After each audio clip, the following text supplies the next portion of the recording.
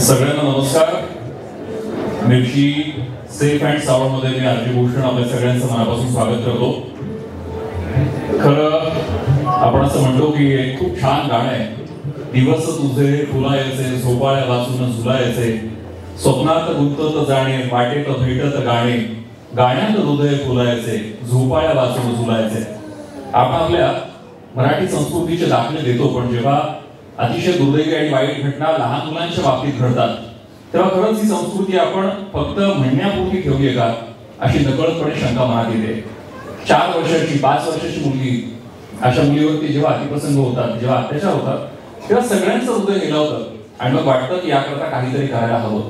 आणि काहीतरी करायचं असेल तर समाज म्हणून आपल्या सगळ्यांना एकत्र येऊन ते करण्याची गरज आहे. असं म्हणतात की अंधाराला त्याचं वैयक्तिक अस्तित्व नाही आहे. जिथे उजेड नसतो तिथेच तात्पुरता अंधार असतो. ज्या ठिकाणी प्रकाशाची छोटासा किरण, छोटीशी तिरीप जरी आली तरी त्या क्षणी तिथून अंधार दूर होतो. तसे तुम्ही आम्ही आपण सगळे आहोत. ज्या क्षणी आपण चांगली माणसं एकत्र येऊ, चांगली माणसं एक होऊ, त्या क्षणाला ही वाईट माणसं आहेत तर त्यांची वाईट प्रवृत्ती सोडून देतील किंवा ती या विश्वात राहणार नाही. 1%, 2%, 4% माणसं असतात, पण 96% असलेले आपण एकत्र नसतो आणि म्हणून त्यांचं पावतो. सो आज हा कार्यक्रम घेण्याचा उद्देश हाच आहे की आपण सगळ्यांनी एकत्र येऊन समाजामधल्या अशा सगळ्या लहान मुलांना गुड टच काय असतो, बॅड टच काय असतो आणि तो झाला तर काय करायचं हे समजावं. त्याकरता हा रेडिओ मिर्चीने घेतलेला initiative Nashik school of association यांच्या संयुक्त विद्यमाने आपण हा कार्यक्रम करतोय. याकरता आपल्याला इस्रायल स्कूलचं अतिशय महत्वाचं सहकार्य मिळालेलं आहे. पेडिट्रिशियन यांचे असोसिएशन आहे, त्यांचं महत्वाचं सहकार्य मिळालंय. याबरोबर आपल्यासोबत शिक्षण उपसंचालन कार्यालय नाशिकचा शिक्षण विभाग आपल्यासोबत आहे, नाशिक पोलीस आयुक्त आपल्यासोबत आहे आणि नम्रता ऍडव्हर्टाइजमेंट ही आपल्यासोबत आहे आणि अर्थातच आपण सगळे या कार्यक्रमाला आपण सुरुवात करणार आहोत. मी मान्यवरांना विनंती करतो, कार्यक्रमाची सुरुवात गुड टच आणि बॅड टच याचा एक छोटासा ऍक्ट आपण इकडे बघणार आहोत. मी मान्यवरांना विनंती करतो की त्यांनी समोरच्या बाजूला सारा बनवावं.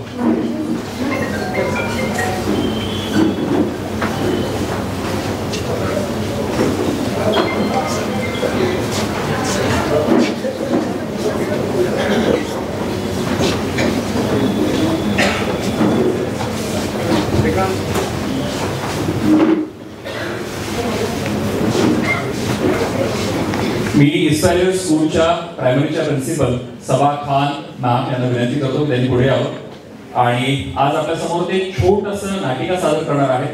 गुड टच बॅड टच काय आहे, तो कसा ओळखायचा या संदर्भातली.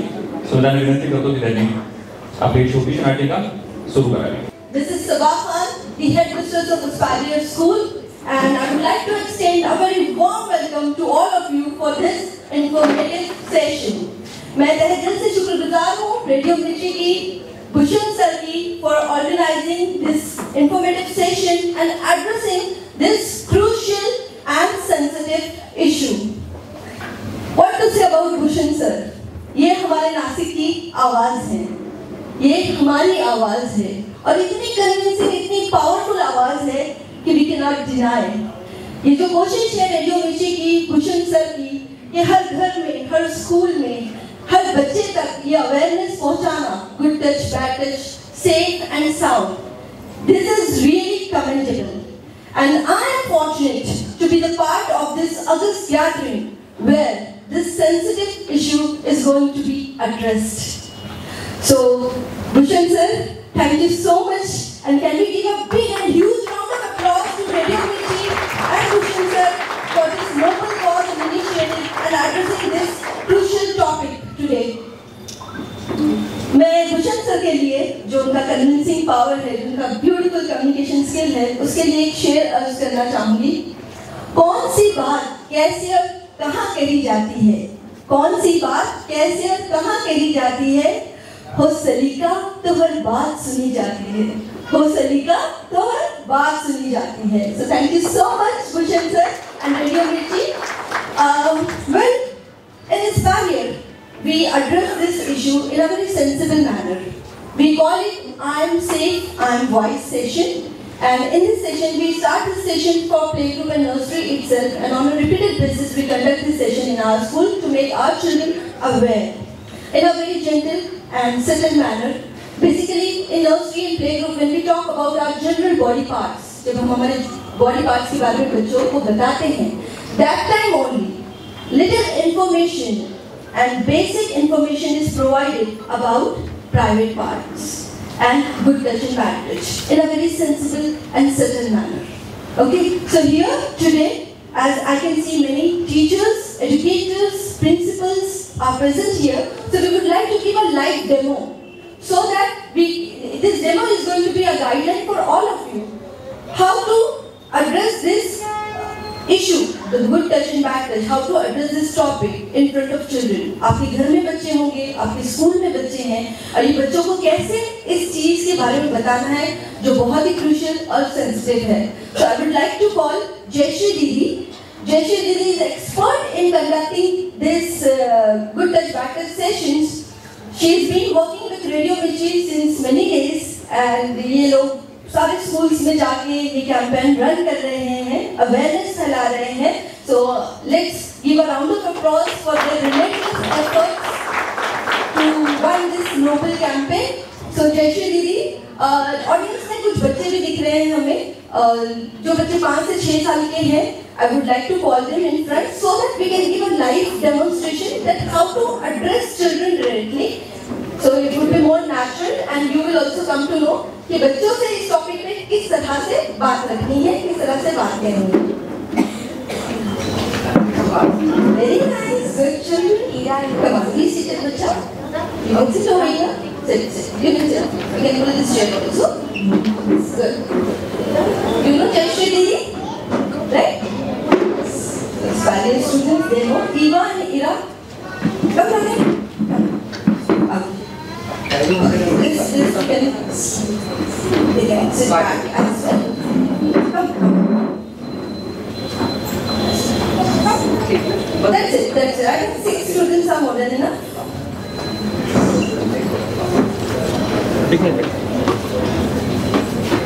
So everybody wants to join. Okay, so the whole class is getting ready now.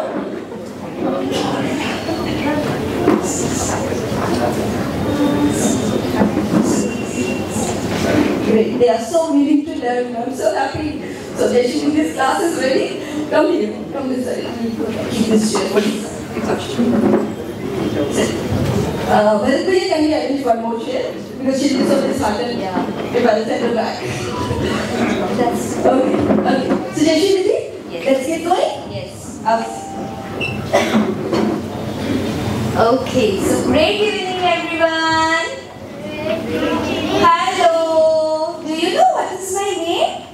I am Jayashree Didi. What is my name? Jayashree Didi. I cannot hear you. What is my name? Jayashree Didi. Very good. And we are going to learn something new today. Are you ready for that? Yes. Yes? Are you ready for that? Yes. Very good. So we are going to start with one song. एक आपण छानसं गाणं म्हणूया. ठीक आहे? चालेल? सुरुवात करायची? ठीक आहे. तुम्ही पण माझ्यासोबत म्हणाल? ओके. चला. ओके. So let's start. एवढीशी कोथिंबीर मिरची आलं. एवढीशी कोथिंबीर मिरची आलं. त्या तिघांचं भांडण झालं. कशावरून एवढ्याशा खोबऱ्याच्या तुकड्यावरून काकू आली पदर खुचून तिघांना काढलं चांगलंच शिजून तिघांची झाली चांगलीच वाटणी तिघांची झाली चांगलीच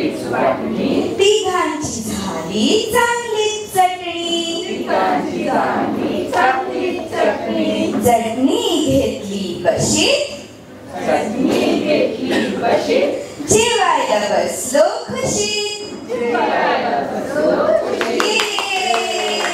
आवडलं तुम्हाला गाणं? अच्छा, आता माझ्याकडे अजून एक सरप्राईज आहे तुमच्यासाठी. बघणार सगळे? ओके. काय बरं बॅग मध्ये काय आहे? सरप्राईज, पण सरप्राईज बाहेर नाही येणार जोपर्यंत तुम्ही डोळे बंद करत नाही. डोळे बंद करायचे सगळ्यांनी. ओके.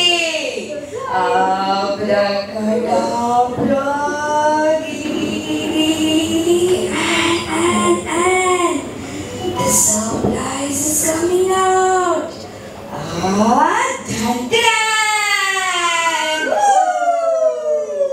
काय बरं ही काय? कोण सांगेल मला? डॉल. बरोबर. छान आहे का ही डॉल? आवडली तुम्हाला? हा, आणि डॉलने फ्रॉक पण किती सुंदर घातलाय ने. छान छान तिने कॅप घातलीये, सॉक्स घातले. बरोबर. बरं हिचं नाव ठेवायचं का आपण? तिला काय नाव द्यायचं बरं? काय नाव द्यायचं सांगा पटकन पटकन पटकन. कोण सांगेल? परी. ओके. हिला आपण नाव देऊ परी. ठीक आहे. मग ही परी सगळ्यांना भेटायला आली. तुम्ही हाय म्हणाल परीला? ओके. से हाय परी. हॅलो. बरं, ही परी सगळ्यांना हाय करते, पण ती कशाने हाय करते बरं? हे काय आहे तिचे? हात. बरोबर. हे काय आहे? हात. आणि हे काय आहे? पाय. तुम्हाला पण आहेत का हात आणि पाय? हो नक्की. बरं, परीला किती हात आहेत? 2. आणि तुम्हाला 4. बरोबर? नाही. परीला पण 2 आणि आपल्याला पण 2. परीला पण 2 पाय, आपल्याला पण 2 पाय. आणि हा काय बरं परीचा? हा, तोंड, चेहरा, फेस. बरोबर. मग आता हे हात, पाय, हा चेहरा, याला काय म्हणतात? काय येते? Body part. Very good. शाबास. एक्सलेंट. त्याला म्हणतात बॉडी पार्ट, शरीराचे अवयव. बरोबर. मग हे जसे आपल्या शरीराचे अवयव आहेत की नाही, तसे काही अवयव आहेत जे आपण नेहमी कव्हर करून ठेवतो. कपडे नेहमी त्याच्यावर घालून ठेवतो, ज्याला आपण म्हणतो प्रायव्हेट पार्ट्स. काय म्हणतो? Private parts. तर ते प्रायव्हेट पार्ट्स कुठले बरं? चला बघूया. हा, पहिले म्हणजे चेस्ट, म्हणजे छाती. प्रायव्हेट पार्ट कुठला? छाती. कुठला? छाती. नंतर सु आणि शीची जागा. आणि तिसरं म्हणजे ओठ, म्हणजे लिप्स. हे आहेत प्रायव्हेट पार्ट्स. एक म्हणजे छाती, सु आणि शीची जागा, आणि तिसरं म्हणजे लिप्स, म्हणजे ओठ. हे आपले प्रायव्हेट पार्ट्स आहेत. बरं. आणि आता जर कोणी तुमचे प्रायव्हेट पार्ट्स बघण्याचा प्रयत्न केला किंवा हात लावण्याचा प्रयत्न केला तर ही चांगली गोष्ट आहे का? नाही, मुळीच नाही. जर कोणी असा प्रयत्न करत असेल तर त्यावेळी सगळ्यात आधी जोरात नो असं म्हणून ओरडायचं. काय ओरडायचं? नो. काय म्हणायचं? नो. करून दाखवा तुम्ही पण. कसं करणार? नो. Very good. आणि इथून पळून जायचं. काय करायचं? पळून जायचं. पण पळून जाऊन काय करणार बरं पुढे? मग आपण आपल्या आई बाबांना, आजी आजोबांना सगळं सांगायचं. जे काही आपल्यासोबत घडलंय ते आई बाबांना, आजी आजोबांना सगळं सांगायचं. आणि स्कूलमध्ये असाल तर टीचरला सगळं सांगायचं. पण मग आई बाबा, आजी आजोबा आणि टीचरच का बरं? कशासाठी? कारण ते आपल्या सेफ सर्कल मध्ये येतात. कशामध्ये येतात? सेफ सर्कल मध्ये येतात. म्हणजे लोक आपल्या सेफ सर्कल मध्ये येतात, त्यांना आपल्या सोबत जर कधी असं काही झालंय, कोणी आपल्या प्रायव्हेट पार्ट्सना टच केलंय, तर आपण त्यांना जाऊन सगळं सांगू शकतो. आणि जर कोणी असं म्हटलं की हा हे आपल्याला टॉप सिक्रेट आहे बरं का, कोणाला काहीच सांगू नको, तर असं सिक्रेट ठेवायचं का? आई बाबांपासून असं सिक्रेट ठेवायचं नाही, बिलकुल नाही. जे काही घडलंय ते आई बाबांना, आजी आजोबांना आणि शाळेत असेल तर टीचरला जाऊन आवर्जून सांगायचं बरं का. आणि अजून एक गोष्ट मला what private parts are covered? My face is visible, but my private parts are covered. Even swimming also, when we do swimming, standing also, all the private parts are covered. Yes, why private parts are covered? कारण आपले private parts कुणालाही दाखवायचे नसतात, कुणाचेही private parts बघायचे नसतात. आणि आपल्या private पार्ट्सना कुणालाही हात लावणं अलाउड नाहीये. पण आता घरी आई बाबा जेव्हा आपल्याला अंघोळ घालतात, आता तुम्ही सगळे छोटे आहात की नाही, आई बाबा अंघोळ घालत असतील तर त्यावेळी ते आपल्या प्रायव्हेट पार्ट्सना हात लावतात. मग ते चालणार नाही का? तर चालेल, कारण का आपले आई बाबा आपल्या सेफ सर्कल मध्ये येतात, बरोबर. आणि जेव्हा आपले आई बाबा आपल्याला प्रेमाने जवळ घेतात, आपल्याला कुशीत घेतात, त्यावेळी कसं वाटतं? छान वाटतं? सगळ्यांना छान वाटतं? सेफ वाटतं? हो का? कारण तो टच, जो स्पर्श असतो त्यांचा, तो चांगला असतो, ज्याला आपण गुड टच म्हणतो. काय म्हणतो? Good touch. काय म्हणतो? Good touch. आणि अगदी त्याच्या विरुद्ध जे कोणी आपल्या प्रायव्हेट पार्ट्सना हात लावत असेल आपल्या परवानगी शिवाय, तो टच कसा असतो? Bad touch. कसा असतो? Bad touch. डॉक्टर के पास जब हम जाते हैं तो वो तो इंजेक्शन के लिए अनकवर करते हैं, तो फिर जेव्हा आपण आजारी असतो त्यावेळी आई बाबा डॉक्टर काका काकूंकडे घेऊन जातात. मग त्यांना आपल्या प्रायव्हेट पार्ट्सना हात लावावा लागतो चेकअप साठी. पण तोही केव्हा? जेव्हा आपले आई बाबा आपल्या सोबत असतील तेव्हाच, बरं का. केव्हा? आपले आई बाबा आपल्या सोबत असतील तेव्हाच. मग ही जे लोक आपल्या सेफ सर्कल मध्ये येतात त्यांचा स्पर्श हा गुड टच, आणि त्याच्या अपोजिट आपल्या प्रायव्हेट पार्ट्सला जो कोणी हात लावत असेल किंवा प्रयत्न करत असेल तो म्हणजे बॅड टच. आणि आता मला सांगा बरं, असं कधी झालं कोणी बॅड टच केला तर काय करायचं? सगळ्यात आधी हा, व्हेरी गुड, एक्सलेंट. ओरडायचं जोरात, नो म्हणायचं आणि तिथून पळून जायचं. आणि कोणाला सांगायचं? शाबास, आई बाबा आणि आजी आजोबा. आणि स्कूल मध्ये असाल तर व्हेरी गुड, एक्सलेंट. बट अगर कोई मुझे ऐसे हग करता है, okay, my teacher pets me on the back, my friends do high five with me, so what about this? I can do that. कसं वाटतं बरं आपल्याला जेव्हा आपले आई बाबा हग करतात किंवा फ्रेंडने असा हाय फाय दिला, कसं वाटतं?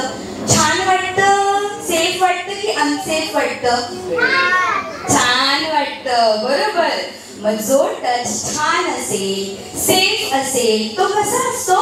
Good touch. कसा असतो? Good touch. आता ही मीनू तुमच्यासारखी स्मार्ट आहे बरं, जसे तुम्ही सगळे स्मार्ट आहात. तर एक दिवस काय झालं, ही मीनू की नाही पार्क मध्ये खेळत होती. ला ला ला ला ला ला ला ला ला ला ला ला. आणि ही मीनू पार्क मध्ये खेळत असताना कोण आलं? बापरे, कोण आलं तिथे? एक अनोळखी व्यक्ती. आणि ती व्यक्ती मीनूला बोलवते, स्ट्रेंजर. हा, अरे बापरे, त्या व्यक्तीने मीनूसाठी चॉकलेट आणले. काय करायला पाहिजे? मीनूने घ्यायला पाहिजे चॉकलेट? स्ट्रेंजरने घ्यायला हवं?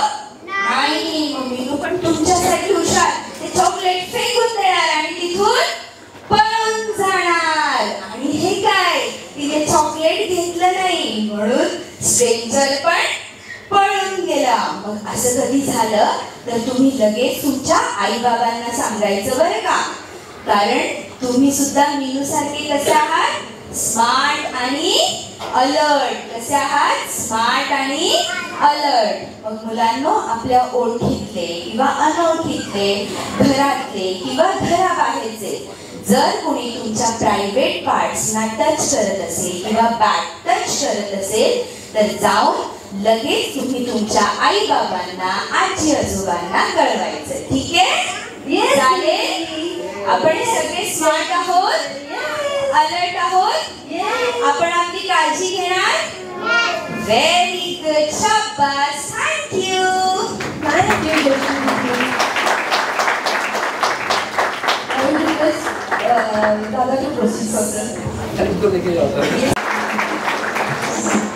गुड टच आणि बॅड टचचा हा जो एक छोटासा प्ले इथे केला, याच्या मागचं कारण प्लीज सगळ्यांनी समजून घ्या की सगळे पेरेंट्स आहेत आणि मोठ्या प्रमाणावरती टीचर्स इथे आलेले आहेत. आम्ही गेली 6 दिवस वेगवेगळ्या शाळांमध्ये जाऊन तिथल्या सगळ्या मुलांसोबत हे करतोय, त्यांना गुड टच आणि बॅड टच शिकवतोय. काय होतं, ही जी छोटी मुलं आहेत म्हणजे अगदी 1ली 2री पर्यंतची आपण म्हणूया, त्या सगळ्या मुलांना कुणी आपल्याला पाठच करतंय हे कळत नाही आणि म्हणून समोरच्याचा फावतो. सो त्यांना शिकवणं गरजेचं आहे. सगळ्या शिक्षकांना विनंती आहे की कृपया आपण आपल्या शाळेमध्ये जाऊन हे गुड टच बॅड टच करा आणि त्या सगळ्या मुलांना आपल्याला अवेअर करायचं आहे. एकही मुलगा असं राहायला नको ज्याला गुड टच आणि बॅड टच माहिती नाहीये. अर्थात आपण टॉक शोला आता सुरुवात करणार आहे. मी मान्यवरांना स्टेजवरती येण्याची विनंती करतो. मी सगळ्यात पहिल्यांदा नाशिकचे पोलीस आयुक्त संदीप कर्णिक सर यांना विनंती करतो आपण टाळ्यांनी स्वागत करूया. त्यांनी स्टेजवरती यावं. यानंतर आपल्या बरोबर शिक्षणाधिकारी श्री पवित्र पाटील सर आहेत. पाटील सरांना विनंती करतो त्यांचे टाळ्यांनी आपण स्वागत करूया. सर आपण स्टेजवरती यावं. आपल्या बरोबर शिक्षण क्षेत्राचे तज्ञ सचिन उषा विलास जोशी सर आहेत. आपण सगळेच त्यांना ओळखतो. जोरदार टाळ्याने आपण त्यांचं स्वागत करूया. त्यांना स्टेजवर येण्याची विनंती करतो.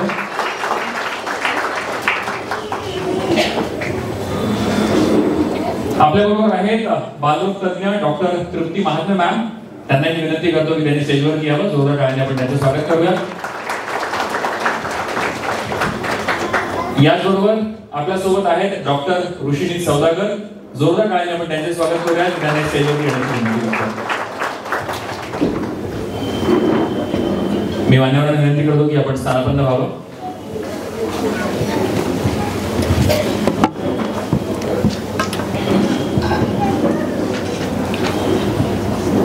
मिरची सेफ अँड साऊंडच्या या टॉक शो मध्ये पुन्हा एकदा आपल्या सगळ्यांचं स्वागत आहे. कार्यक्रमामध्ये कुठलीही फॉर्मॅलिटी मुद्दाम ठेवलेली नाहीये, कुठलाही सत्कार ठेवलेला नाहीये आणि त्याचं कारण आपण सगळे जाणतोच. कारण हा समाजाचा अतिशय महत्वाचा विषय आहे. त्यामुळे सगळ्याच मान्यवरांचंही असं म्हणणं पडलं की सत्कार किंवा या सगळ्या गोष्टींना आपण फाटा द्यावा आणि लोकांपर्यंत हा विषय जास्तीत जास्त पोहोचवावा. सो मी या टॉक शोला सुरुवात करतोय. अर्थातच मी सुरुवात करणार आहे आपल्या नाशिकचे पोलीस आयुक्त सर यांच्यापासून. आपण त्यांना सगळ्यांना जाणतोच. संदीप कर्णिक सर यांनी नाशिकचा कार्यभार स्वीकारल्यानंतर नाशिकमध्ये अतिशय वेगवेगळे उपक्रम त्यांनी राबवले आहेत. रस्त्यावरती दिसणारं पोलिसिंग असेल, महिलांच्या सुरक्षिततेबाबतचा प्रश्न असेल किंवा इंटेलिजंट पोलिसिंग वाढवण्यामध्ये मला असं वाटतं सरांचा खूप मोठा हातभार आहे. दुसरं, बऱ्याच वेळेस पोलीस आयुक्त हे अवेलेबल पोलीस आयुक्त नसतात. त्यांना आपण कधी फोन केला तर ते नाशिकच्या प्रश्नाकरता नेहमी अवेलेबल असतात. त्यांचं आपण प्रत्यक्ष सुमनांनी नाही पण शब्द सुमनांनी आणि टाळ्यांनी जोरदार स्वागत केलं. आणि मी अर्थातच माझ्या पहिल्या प्रश्नाकडे येणार आहे की सर, आता या सगळ्या घटना आपण बघतो लहान मुलांच्या बाबतीमध्ये खूप सगळ्या भारतभरामध्ये घटना घडतायत, महाराष्ट्रामध्ये घटना घडतायत. अशा घटना नाशिकमध्ये घडू नयेत अशी आपली प्रत्येकाचीच अपेक्षा आहे. पण अशा घटना घडू नयेत याकरता नाशिक पोलीस स्वतः पुढे येऊन काही करत आहेत का? किंवा अशा घटना घडल्या तर त्या हँडल करण्याकरता आपण व्यवस्था तयार केलेली आहे का? सर्वांना नमस्कार. भूषणजी, हा खूप चांगला उपक्रम आपण घेतलेला आहे. हा प्रोग्राम ऑर्गनाईज करून त्याचबरोबर आपण जे पब्लिक अवेअरनेस करताय तो पण खूप काळाची गरज अशा प्रकारचा हा रिलेव्हंट ड्राईव्ह आहे तुमचा. आपल्या प्रश्नाकडे येत मी आपल्याला सांगतो की हे जे काही इन्सिडेंट होत आहेत आता, किंवा आपण आता जास्त अवेअर झालोय, कदाचित आधी हे इन्सिडेंट होत असतील पण त्याचं रिपोर्टिंग आणि त्याच्यावर कारवाई आणि त्याच्याबद्दलचा अवेअरनेस जो आहे तो थोडासा कमी असेल. आम्ही मुंबईमध्ये पण बघितलं होतं ज्या वेळेला पोलीस निधीचा प्रोग्राम सुरू झाला आणि ज्या वेळेला शाळेत जाऊन अशा प्रकारचे प्रोग्राम्स किंवा अशा प्रकारची जे लहान मुलांना ॲड्रेस करण्यात आलं त्याच्यानंतर ह्या केसेस वाढल्या, म्हणजे रिपोर्टिंग वाढलं त्याचं आणि आपण कारवाई त्याच्यावर करण्याचं वाढलं, त्यामुळे त्या केसेस रेकॉर्डवर आल्या. हे सर्व जे वाईट प्रवृत्ती आहेत त्या आपल्याला कधीच ह्या संपत नाही. इटर्नल व्हिजिलन्स प्रत्येकाला, म्हणजे समाजातला प्रत्येक जो सुजाण नागरिक आहे त्यांनी जोपर्यंत इटर्नली तो व्हिजिलंट नाही आहे तोपर्यंत हे कोण ना कोण फालतू लोक असे काही ना काही गोष्टी करत राहतात. त्यामुळे पोलिसांबरोबर आपल्या सगळ्यांना, मग आपल्या घरात एखादं लहान मूल असेल किंवा नसेल, पण आपल्या शेजारी असेल किंवा आपण रस्त्यातही जातो कुठेतरी, आपल्या रस्त्यावरून काही जाता येताना आपल्याला काही जाणवलं आणि याची लिगल जे डेफिनेशन्स आहेत त्यापेक्षा आपल्याला काय योग्य वाटतंय आणि काय योग्य वाटत नाहीये. उद्या तुम्ही रस्त्यावरून जाताय, तुम्हाला एखादी गोष्ट खटकली तर तुम्ही त्यात रिपोर्टिंग पोलिसांना करा. तुमच्या एका रिपोर्टिंगनी कदाचित इमिजिएटली काही होणार नाही, पण जो पॅटर्न असतो, फॉर एक्झाम्पल आता आपलं 112 आहे, 112ला जेवढे लोक रिपोर्ट करतात, नवी मुंबईला त्याचे कॉल सेंटर आहे, आणि किती त्याच्यामध्ये कॉल आले, ते कुठल्या प्रकारचे होते, कुठल्या एरियातले होते, कुठल्या कॅटेगरीमध्ये होते, म्हणजे महिला सुरक्षा होते किंवा इतर ट्रॅफिकचे होते किंवा काय होते, हे सगळं मॅप होतं. आणि ते मॅपिंग जे आहे ते करून त्याचं ॲनालिसिस कुठेतरी महिन्याच्या अखेरी करण्यात येतं की बाबा कुठल्या शहरामध्ये कुठले कॉल जास्त आलेले आहेत किंवा शहराच्या कुठल्या भागात कुठले कॉल जास्त आलेले आहेत, आणि त्यावरून जो पॅटर्न ठरतो त्यातून पोलीस पण आपल्या स्ट्रॅटेजीज ठरवतात. आमचे सध्याचं जे आम्ही आता जे काही याला रिस्पॉन्स सुरू केलेला आहे, तर आमच्याकडे आम्ही दामिनी मार्शल्स आणि निर्भया पथक आहेत आपल्याकडे. तर they are nodal for both women safety, child safety. तर त्यांना आपण म्हणजे एकतर कारवाई करणं, फॉर एक्झाम्पल रस्त्यावर कुठे काही छेडछाड किंवा इतर काही असेल तर त्या कारवाई ते लोक करतात. त्याचबरोबर शाळा कॉलेजेसमध्ये जाऊन किंवा जिकडे आपण एखाद्या कार्यक्रमाला त्यांना बोलवलं तर ते त्या कार्यक्रमाला जातात, आणि त्या कार्यक्रमाला मग जसं आपण आता खूप सुंदर आपण एक प्रॅक्टिकल घेतलं इकडे जयश्री मॅडम यांनी, तर तशा प्रकारचे प्रॅक्टिकल आणि तशा प्रकारचे चर्चा त्या ठिकाणी करतात. त्यामुळे अवेअरनेस प्लस ॲक्शन असा आमचा दुहेरी प्रयत्न याच्यामध्ये आहे. पण नाशिक सिटीमध्ये 3000 फक्त पोलीस आहेत, आणि आम्ही कितीही केलं 24 आवर्सचे 48 आवर्स जरी केले तरी नेहमी आमचे प्रयत्न हे जोपर्यंत तुमची साथ नाही आहे सर्व नागरिकांची, तोपर्यंत आमचे सर्व प्रयत्न हे अपुरे राहतील आणि त्याला यश येणार नाही. त्यामुळे we will all have to have open eyes and ears, ears आणि हात पण कधी कधी आपण म्हणजे एक फोन करायला आपण वापरा. आणि आम्ही नेहमी आपण जे रिपोर्टिंग कराल कुठल्याही प्रकारची काही काळजी करू नका. आमच्याकडे 112 नंबर आहे, CP व्हॉट्सॲप नंबर आहे. आलेले मेसेजेस विशेष करून अशा प्रकारचे जे आहेत चाइल्ड किंवा वुमेन सेफ्टी रिलेटेड खूप गांभीर्याने घेतले जातात, आणि त्याच्यावर सर्व असे मेसेजेस माझ्यापर्यंत पुढे होतात जे गंभीर स्वरूपाचे आहेत, आणि वी टेक रेग्युलर रिव्ह्यू. आपलं नाव, आपला नंबर अशा केसेसमध्ये आपण जर लिहून पाठवा की आमचा नंबर डिस्क्लोज करण्यात येऊ नये, तर त्याप्रमाणे आम्ही कारवाई करतो.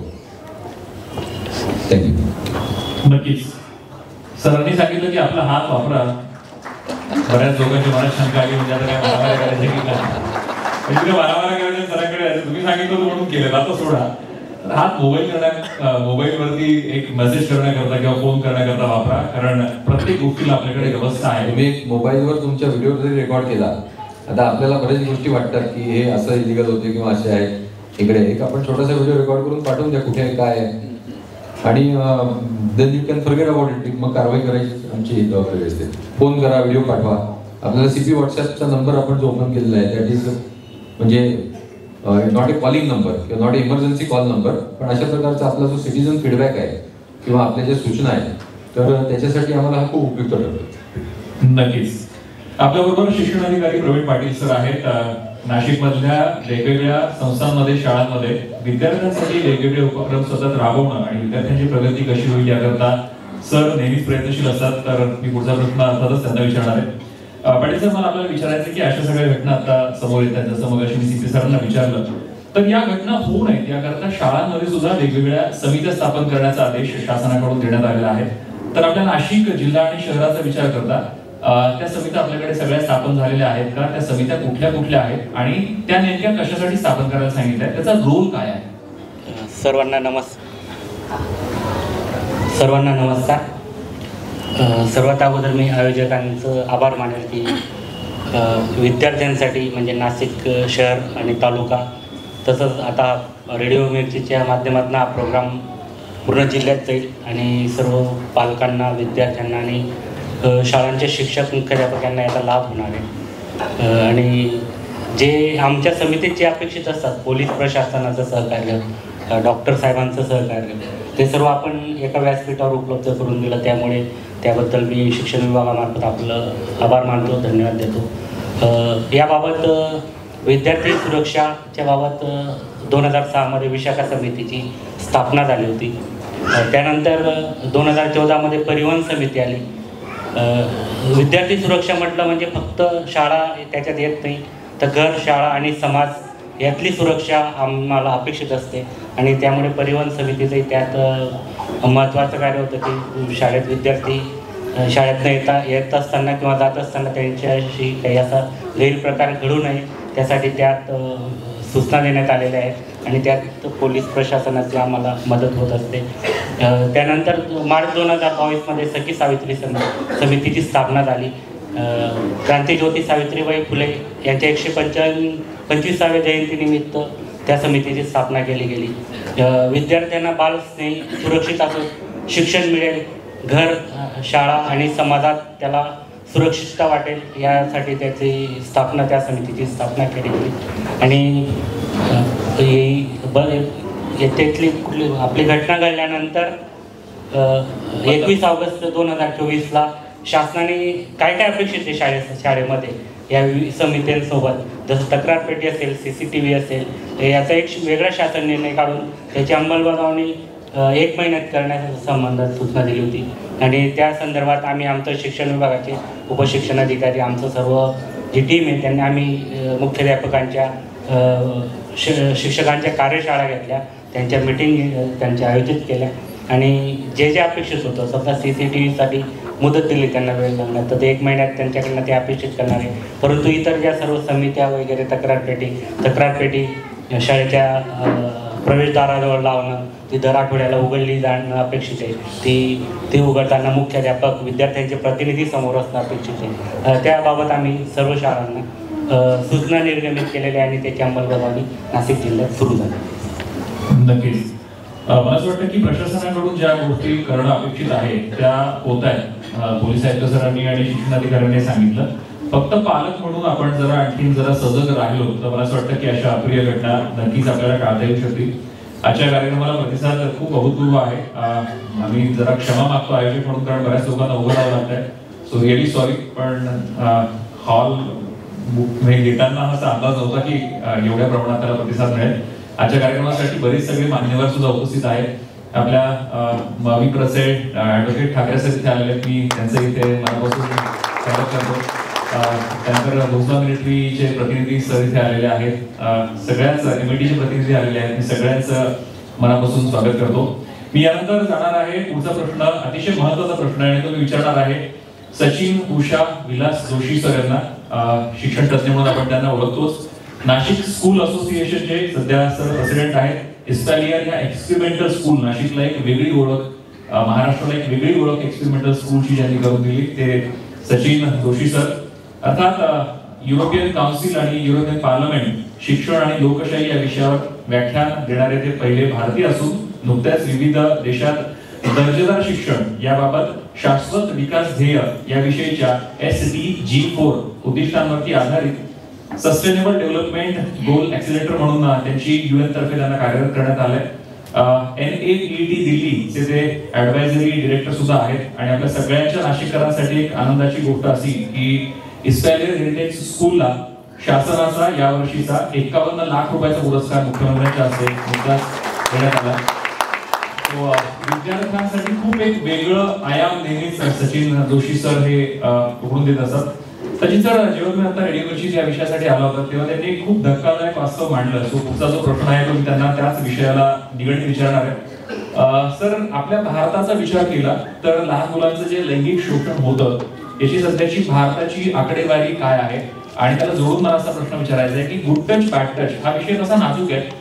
इथे पालक आहेत, शिक्षक आहेत, त्यांनी तो कशा प्रकारे मांडायचा, कसं बोलायचं पाल्याशी. पाल्य लहान आहे, तो कन्फ्युज होऊन जातो, तो वेगळे प्रश्न विचारतो जे पालकांना नको असतात. तर या दोन गोष्टी आपण सांगाव्या. नक्कीच भारताची परिस्थिती म्हणजे हा कालचा पेपर आहे, म्हणजे इतका ताजा पेपर आहे सकाळ पेपरमध्ये. आणि पहिल्याच पानावर नाशिकमधलीच बातमी आहे, परिस्थिती पित्याकडून मुलीवर अत्याचार. म्हणजे आता आपण गुड टच बॅड टचवर बोलतोय म्हणूनच रॉयटर्स सारख्या जगप्रसिद्ध वृत्त संस्थेने जे निष्कर्ष काढले ते म्हणजे भारत म्हणजे लहान मुलांच्या दृष्टीने अत्यंत धोकादायक देश. लहान मुलांच्या दृष्टीने धोकादायक देशामध्ये भारताचा 6वा क्रमांक लागतो.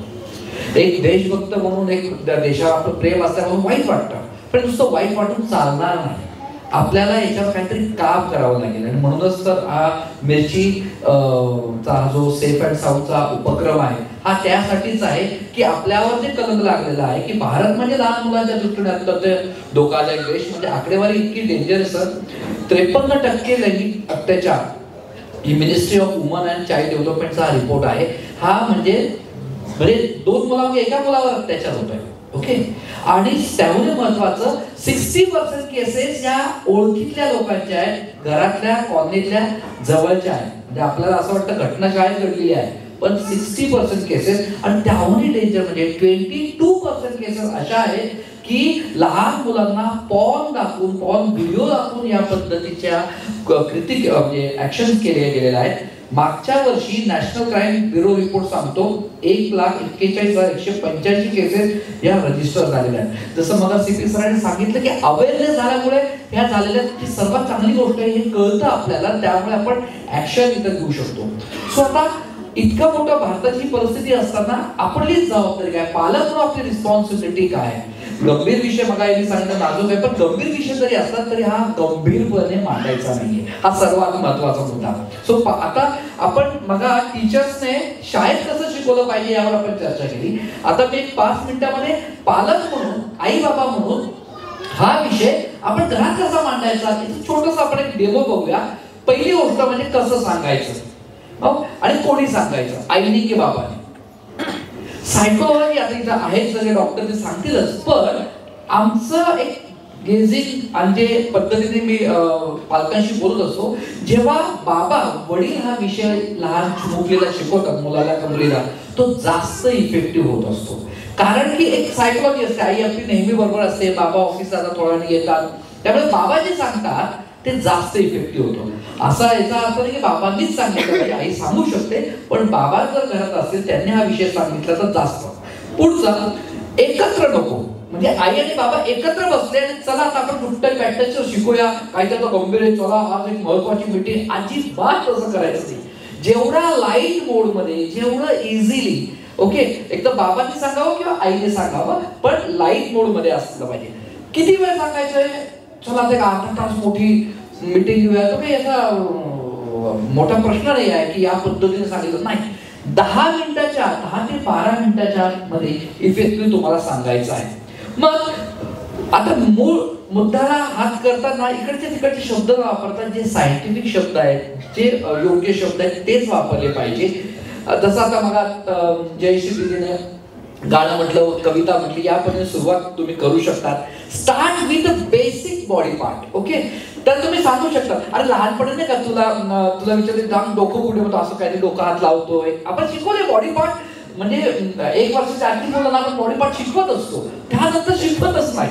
खरं तर जसं बाळ 2.5-3 वर्षाचं होतं, 3 वर्षापासून तर 8 वर्षापर्यंत दर महिन्याला बॉडी पार्ट, प्रायव्हेट पार्टची उजळणी करायची असते.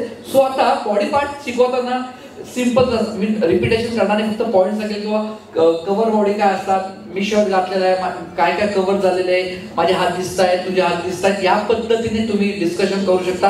Swimming is a good option, पण स्विमिंग सुद्धा आहे मिडल आणि हायर क्लास आहे. काल आम्ही NMCच्या स्कूलमध्ये सर गेलो होतो आणि तिथं आमचे जे की स्विमिंग कॉस्ट्युम ते एकदम ब्लँक झाले.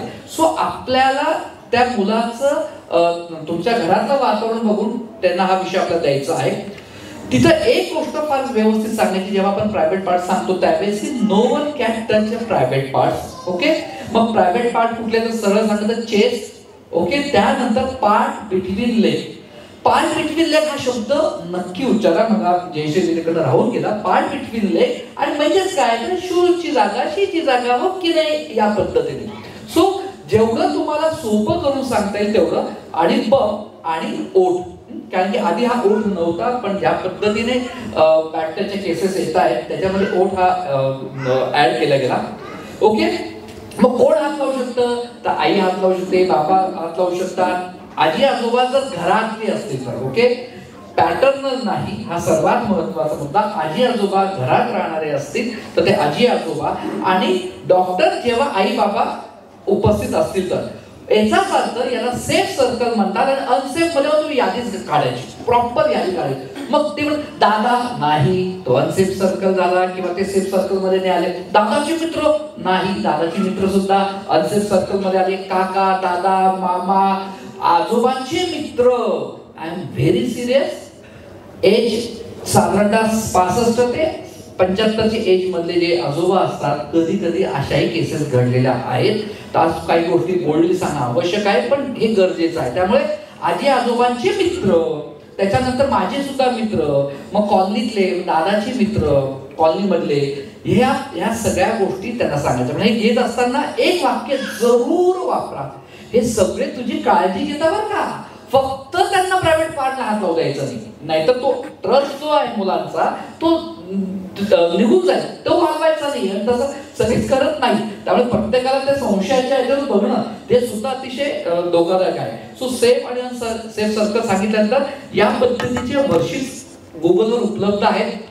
आता आम्ही 100-150 वर्कशीट आणलेले आहेत. तुम्ही तर बाहेर जाऊन घेऊ शकता, नाहीतर गुगलवर डाउनलोड करून ही ऍक्टिव्हिटी तुम्ही मुलांकडनं करू शकता. सेफ आणि अनसेफ सर्कल, मग त्याच्यानंतर तुझे बॉडी पार्ट्स समजून सांग या पद्धतीने.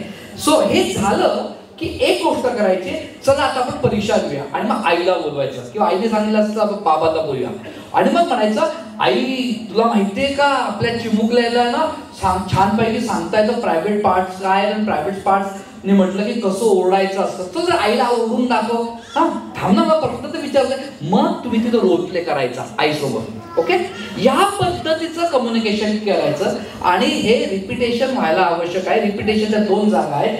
रात्री झोपताना स्टोरीच्या माध्यमातून रिपिटेशन करू शकतात. महिन्यातून एकदा सफिशियंट झालं, 6 वर्षाचा पिरियड जर धरला तर. सो 12 म्हणजे महिन्यातून 12 दिवस तरी तुम्हाला हे रिपिटेशन करायचंय. आंघोळ करताना त्यांना सांगायचं बघ, म्हणजे प्रायव्हेट पार्टला आलं, मी लावणार, दुसरं लावणार का रे, नाही, टाळी, वा वा, व्हेरी गुड, असं. तर या पद्धतीने अतिशय सिंपल आणि चेहऱ्यावर कुठलाही प्रकारचा स्ट्रेस टेन्शन न घेता तुम्हाला सांगायचं आहे. कारण आपण मुलांना काय होतं, मग हे सर्वात महत्त्वाचा मुद्दा ते सांगायचं की तुला तुझा दादाचे मित्र तुला चॉकलेट देतील, सांगतील, हे आपल्यातलं सिक्रेट आहे. तर असं काही सिक्रेट नसतं. तू मला समजून सांग, तू मला सांग. त्यांनी काही सांगितलं आपलं सिक्रेट आहे, मला सांगायचं. हे सांगणं अत्यंत आवश्यक आहे. 90% केसेसमध्ये लपवण्याच्या बाबतीत हेच गोष्ट वापरली जाते, हे आपल्यातलं सिक्रेट आहे. टीव्हीवर तो सगळा त्यांनी पाहिला असतो, कार्टून्स मध्ये सिक्रेट नावाची गोष्ट वगैरे. सो हे जरूर तुम्ही सांगा. मग अशा केसेस सांगितल्या, अशा पद्धतीने सांगितलं की शक्यतो होत नाही. काय होतं, हे केसेस काय होतात सर, अनफॉर्च्युनेट परवा सुद्धा बातमी आली की सुसाईड म्हणजे शेतकऱ्यांच्या आत्महत्यापेक्षा विद्यार्थ्यांच्या आत्महत्या वाढलेल्या आहेत. सो का, तर त्यांच्या केसेस तुम्ही इंटरव्ह्यू बघा, मीडियामध्ये जेव्हा इंटरव्ह्यू येतात तेव्हा ते बाबा म्हणतात एका शब्दाने त्या मुलांनी किंवा त्या मुलीने मला सांगितलं असतं ना तर मी सांगितलं असं नको करू. अरे आपण मनाची दारं बंद केली म्हणून सुसाईड होतात. हे जिथं आहे हीच घटना आहे की हे असं काही नसतं, अक्का लावतो असतो, घाण आहे, ओट घाण आहे, मग कळत नाही. आपण या पद्धतीने त्यांना कंडिशनिंग करतोय, त्यामुळे या सगळ्या गोष्टी होत असतात. त्यामुळे तुम्ही शेअरिंग करा. आणि शेअरिंगसाठी इथं बाबांना महत्त्वाची टिप देतो आणि मग मी पुढच्या प्रश्नाकडे येतो. ती म्हणजे तुमच्या मुलाचं तुमच्या मुलीचं वय कितीही असो, तुमच्या आयुष्यामध्ये तुम्हाला काही टेन्शन, प्रॉब्लेम, दुःख असतील, बॉसने रागवलं असेल, काही असेल, पत्नी बरोबर मुलांनी ऐकेल असं त्यांना सांगा, शेअर करा की आज मला ना खूप काम होतं, माझ्या बॉसने मला रागवलं. आयुष्यामध्ये चढ उतार येत असतात. ते बघता की बाबांना त्यांचं टेन्शन, बाबांना प्रॉब्लेम आला ना पहिले ते मला सांगतात. जेव्हा मुलं मोठी होतात 17-18 वर्षाचे होतात, कुठलाही 3 वर्षापासून कुठलाही त्यांच्या आयुष्यात समस्या आल्यानंतर पहिले शोधतात माझे बाबा कुठे आहेत. कारण की दार आपण ओपन ठेवलं. त्यासाठी पहिल्या स्टेप तुम्हाला करायचं, तुम्हाला शेअरिंग सुरू करायची, मग मुलं करतील. या पद्धतीने केलं तर मला असं वाटतं की सिक्रेट हा विषय पण राहणार नाही. नक्कीच मला वाटतं जोरदार टाळायला पाहिजे. खूप छान म्हणजे सरांनी मांडलं. यानंतर आता मी थोडंसं सायंटिफिक विषयाकडे येणार आहे. आज आपण बालरोग तज्ञ डॉक्टर तृप्ती महात्मे यांना इथे बोलवलंय. ॲडोलसंट हेल्थ स्पेशालिस्ट आहेत, त्या एक्झिक्युटिव्ह बोर्ड मेंबर आहेत महाराष्ट्र स्टेट ॲडोलसंट हेल्थ अकॅडमी 2024च्या. याचबरोबर ते एडिटर आहेत स्पंदन नावाच्या बुलेटिनच्या आणि जॉईंट सेक्रेटरी आहेत नाशिक ॲडोलसंट हेल्थ अकॅडमीच्या. जोरदार टाळ्या आपण मॅमचं इथे स्वागत करूया. काय प्रश्न नेमके विचारले पाहिजे, कुठल्या गोष्टी पालकांच्या, आज इथे पालक पण आहेत आणि विशेष करून शिक्षण विभागाच्या सहकार्याने खूप सगळ्या शिक्षकांना आपण इथे बोलवलंय. सो प्रश्न काय असले पाहिजे याच्यावरती बरीच सगळी चर्चा केली. काय की पालक किंवा शिक्षक हे दोघंही सतत त्या पाल्यासोबत किंवा विद्यार्थ्यांसोबत असतात. सो अतिशय सोपा आणि बेसिक पण महत्वाचा प्रश्न आम्ही पहिला डिझाईन केलाय. सो मॅम, आम्हाला असं विचारायचं की जेव्हा एखाद्या मुलावरती चाइल्ड अब्यूज झालाय, लैंगिक अत्याचार झालाय, अशी जर शंका आली तर काय नेमकं बघायचं, त्या मुलामध्ये काय मानसिक बदल आपल्याला दिसून येतात आणि काय शारीरिक गोष्टी किंवा काय शारीरिक बदल दिसून येतात, ज्यावरून आपल्याला या निष्कर्षापर्यंत घेता येईल की याच्यासोबत काहीतरी चुकीचं झालंय. धन्यवाद भूषण सर, अतिशय महत्त्वाचा प्रश्न आहे. आणि सर्वप्रथम मी कॉंग्रॅच्युलेट करते रेडिओ मिर्चीला आणि भूषण सरांना की याच्या विशेष दिनी हा प्रोग्राम अरेंज केलेला आहे. विशेष दिन मी यासाठी म्हणते की आज वर्ल्ड सेक्शुअल हेल्थ डे आहे. सो जागतिक लैंगिक आरोग्य दिन आणि या डेची थीम आहे पॉझिटिव्ह रिलेशन्स.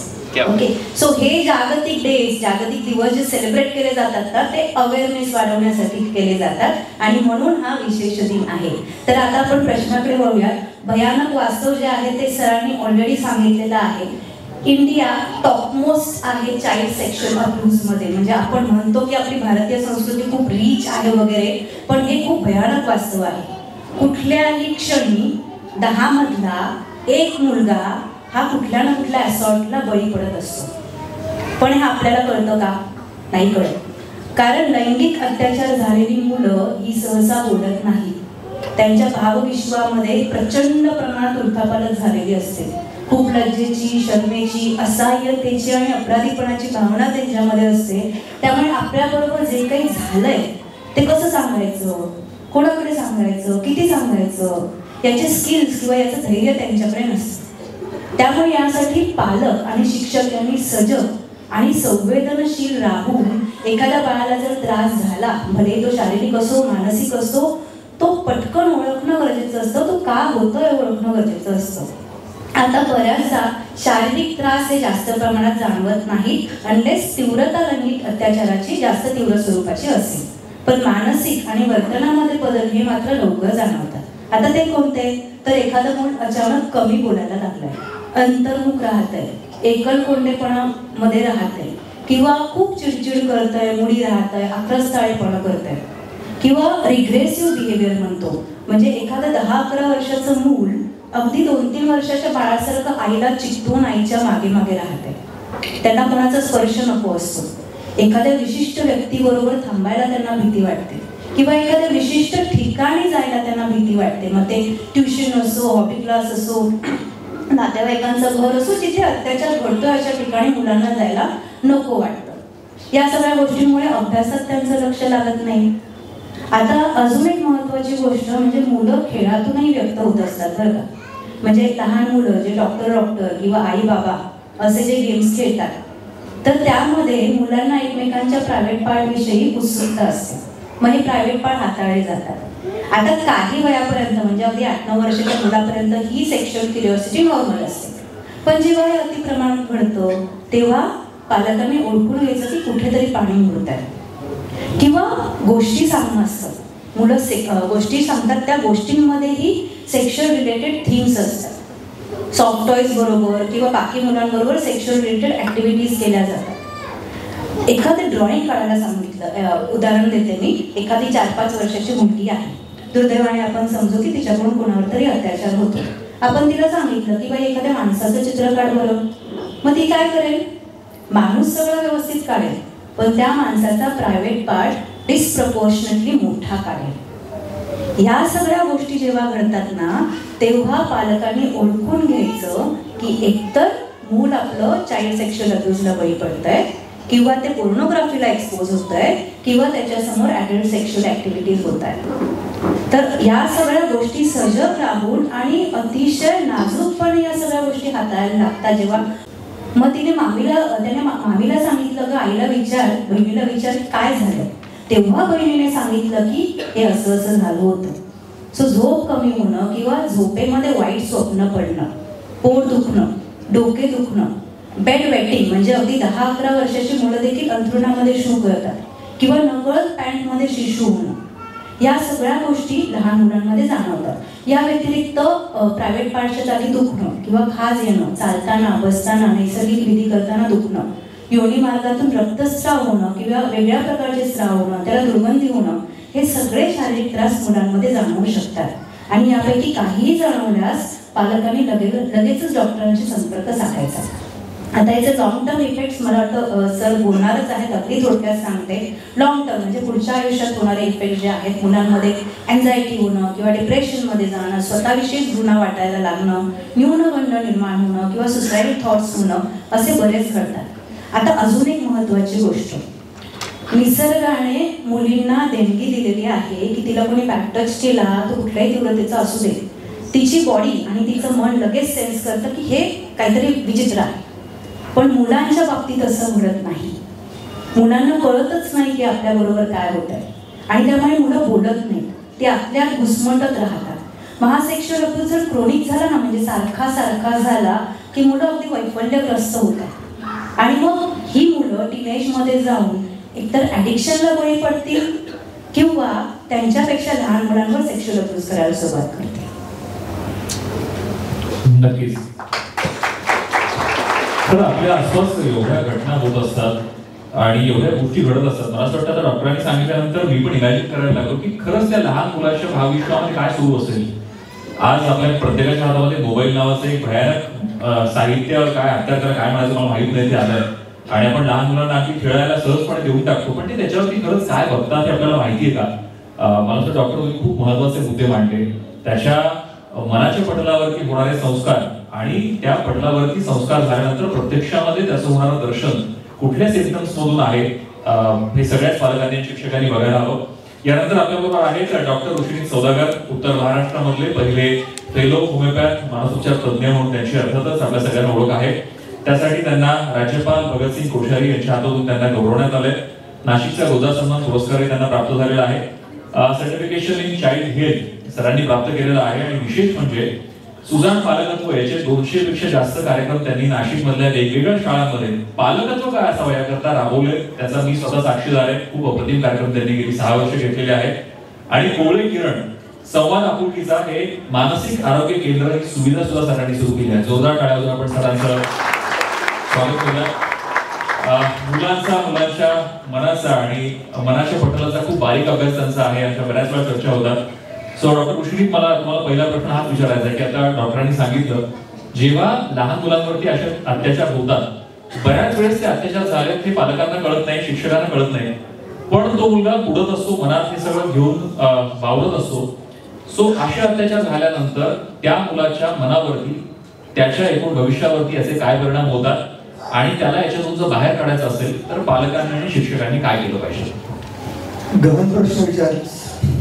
आणि सर्वप्रथम म्हणजे तुमच्या सर्वांचे मी खूप खूप आभार मानतो, कारण की सायकॅट्रिस्टकडे जायचं म्हटलं की लोकांची पहिली भावना आहे की मी वेडा झालो. मी म्हणत की सगळेच वेडे आहेत, इन्क्लुडिंग मी. कन्सर्न असा आहे की टच कॅरीज द मेमरी. स्पर्शाला एक मेमरी दिली आहे. आणि उदाहरणार्थ की एका लहान मुलाला आईचा स्पर्श लगेच कळतो की आई आहे, आत्या आहे का काकू आहे. तसंच वडील आहे का काका आहे. आपलं ब्रेन एवढं छान निर्माण केलं देवाने की स्पर्शाची जाण मेंदूला चांगली कळते. पण अनफॉर्च्युनेटली अशा जेव्हा घटना घडतात तेव्हा पहिले हा लोकांना विचार सर्वांनी केला पाहिजे की त्या मुलाला टच कळाला असेल का. तर तुम्हाला इंटरेस्टिंग गोष्ट सांगतो सर. तुम्ही जे म्हणाले की लिप्स ऍड काय केलं, तर ह्याला सेक्शुअल परव्हर्टी डिसऑर्डर्स म्हणतात किंवा मोलेस्टेशन जे ऍक्ट्स म्हणतात. त्याची सुरुवात लिप्स पासून होते. जी विक्षिप्तपणा होतो त्या लहान मुलांच्या किंवा त्या बाल्यावस्थेच्या मुलांच्या लिप्सकडे बघून होतो. आणि हा एक विक्षिप्तपणाचा आहे, सेक्शुअल परव्हर्टी डिसऑर्डर.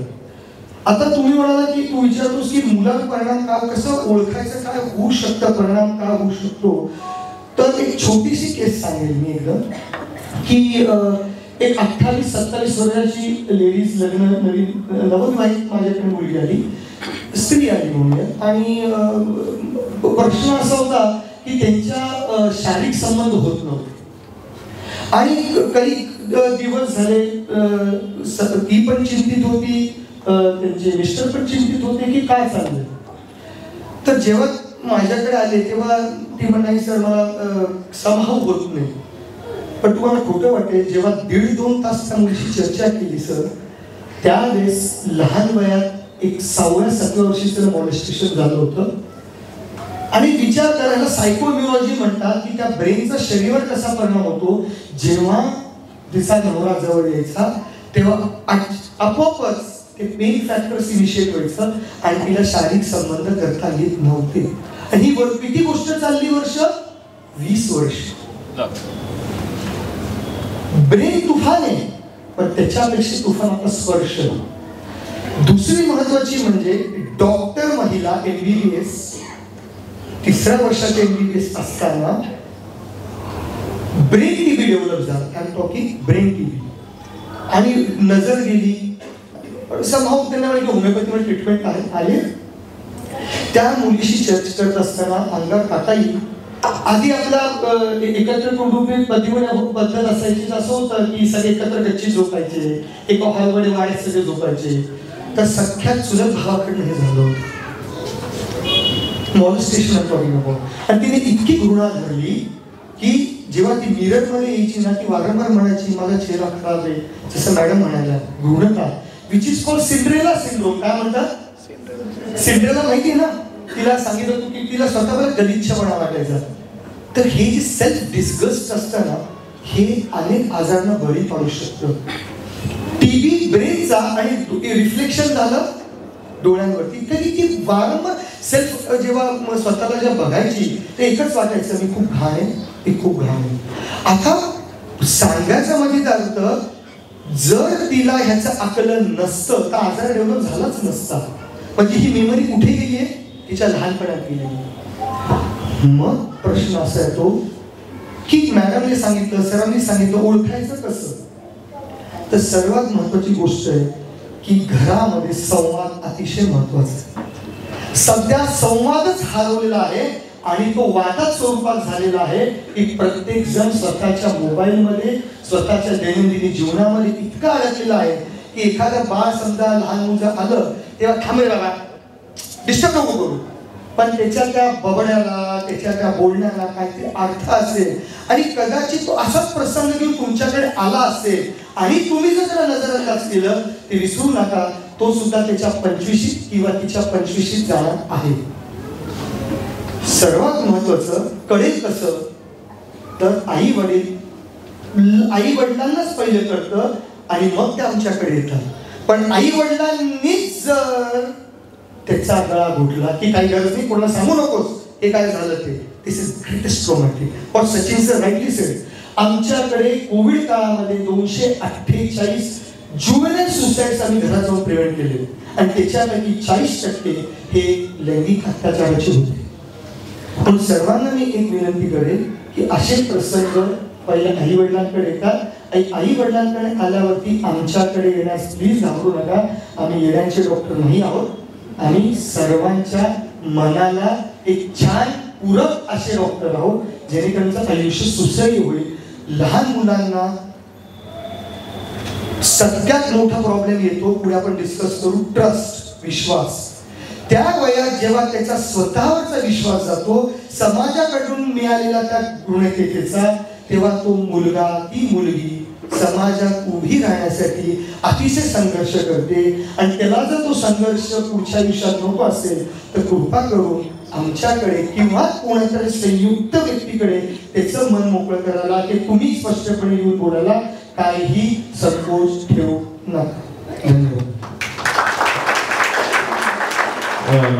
खूप महत्वाचे मुद्दे तुम्ही मांडलेत आणि मोबाईलचा सतत उल्लेख होतोय. मला त्या प्राध्यापक शिवाजीराव भोसलेंचं एक वाक्य आठवतं. अर्थात ते वाक्य टीव्ही बद्दलच आहे की टीव्ही बघता बघता घराचं मीटिंग कधी होतं ते कळत नाही. सो तसं आता मला वाटतं मोबाईलच्या बाबतीमध्ये झालं की एकदा मोबाईलमध्ये आपण असलो की अख्ख्या घराचं व्हिक्टोरिया टर्मिनस होतं. आता त्याचं छत्रपती शिवाजी महाराज टर्मिनस असं नाव आहे. पण मला असं वाटतं खरंच मोबाईलला आपण सांभाळायला हवं. मी पुन्हा एकदा या विषयाच्या कायदेशीर बाबीकडे येणार आहे. मी कर्णिक सरांकडे येतोय. सर, हे जे सगळे लहान मुलांवरती विशेषतः होणारे लैंगिक अत्याचार आहे, पोक्सो कायदा हा त्याच्याकरता आपल्या सगळ्यांसाठी खूप महत्वाचा आहे. सो मला ते समजून घ्यायचं आहे की या कायद्या अंतर्गत थोडी लिगल बाजू आपण बघितली तर नेमक्या काय तरतुदी केल्या, हा कायदा किती स्ट्रॉंग आहे आणि कशा प्रकारे अशा काही घटना घडल्या तर तो या सगळ्या मुलांना प्रिव्हेंट करू शकतो. आपल्याकडे पॉक्सो म्हणजे protection of children from sexual offender act 2012 साली हा कायदा पास झालेला आहे आणि त्याचबरोबर आजपर्यंत तो खूप स्ट्रॉंगली लागू होत आहे. 2023 मध्ये त्याची अमेंडमेंट झालेली आहे. तर याच्यामध्ये सर्व प्रकार जसं जे काही आपण विचार करू शकतो आणि जे काही आपल्याला भीती वाटते त्या सगळ्या गोष्टी कव्हर केलेल्या आहे, सगळ्या गोष्टीला प्रोटेक्शन दिलेलं आहे. म्हणजे सेक्शुअल असॉल्ट असेल किंवा सेक्शुअल हॅरासमेंट असेल, यांनी याची व्याप्ती एवढी मोठी केलेली आहे की आपण जसं म्हणतो वर्ड, साऊंड, जेस्चर हे पण त्यांनी कव्हर केलेलं आहे. म्हणजे एखादा शब्द किंवा एखादा साऊंड किंवा एखादा आपण ज्या प्रकारे इशारा किंवा कृती आणि ती अशी जरी केली की एखादा मूल जवळ आहे आणि त्याला ऐकू जाईल अशी केली, त्याला समोरही नाही केली, ऐकू जाईल अशा पद्धतीने जरी केली तरी पण हे सर्व गोष्टी याच्यामध्ये छोट्या छोट्या कव्हर होतात. म्हणजे एनिथिंग दॅट इज अनकम्फर्टेबल ते सर्व कव्हर केलेलं आहे. सगळ्यात महत्त्वाचं म्हणजे याच्यामध्ये रिपोर्टिंग कंपल्सरी केलेलं आहे. Non reporting is a crime. म्हणजे आपल्याला मग ते पेरेंट्स असतील किंवा स्कूल अथॉरिटीज असतील त्यांच्याकडे जर कोणी आलं आणि त्यांनी कॉग्निझन्स घेतला नाही याचा तर पोलिसनी त्याच्यामध्ये कॉग्निझन्स घेतला नाही अशा प्रकारचं काय असेल एव्हरीबडी इज मेड लायबल. सगळ्यात महत्त्वाचं म्हणजे जे विक्टिम आहे तर त्याचं नाव जे आहे ते नाव त्या कायद्यानेच कुठेही पब्लिश होणार नाही किंवा कुठेही त्याचं नाव बाहेर येणार नाही अशा प्रकारचं पोलिसांवर पण बंधन आहे आणि मीडियावर पण बंधन आहे. म्हणजे प्रत्येकाने कसं वागावं, पोलिसांनी कसं वागावं, याच्यामध्ये मीडियाने कसं वागावं, त्याचं स्टेटमेंट कसं रेकॉर्ड करावं, हे सगळ्या छोट्या छोट्या गोष्टी या कायद्यामध्ये त्यांनी मांडून ठेवलेले आहे.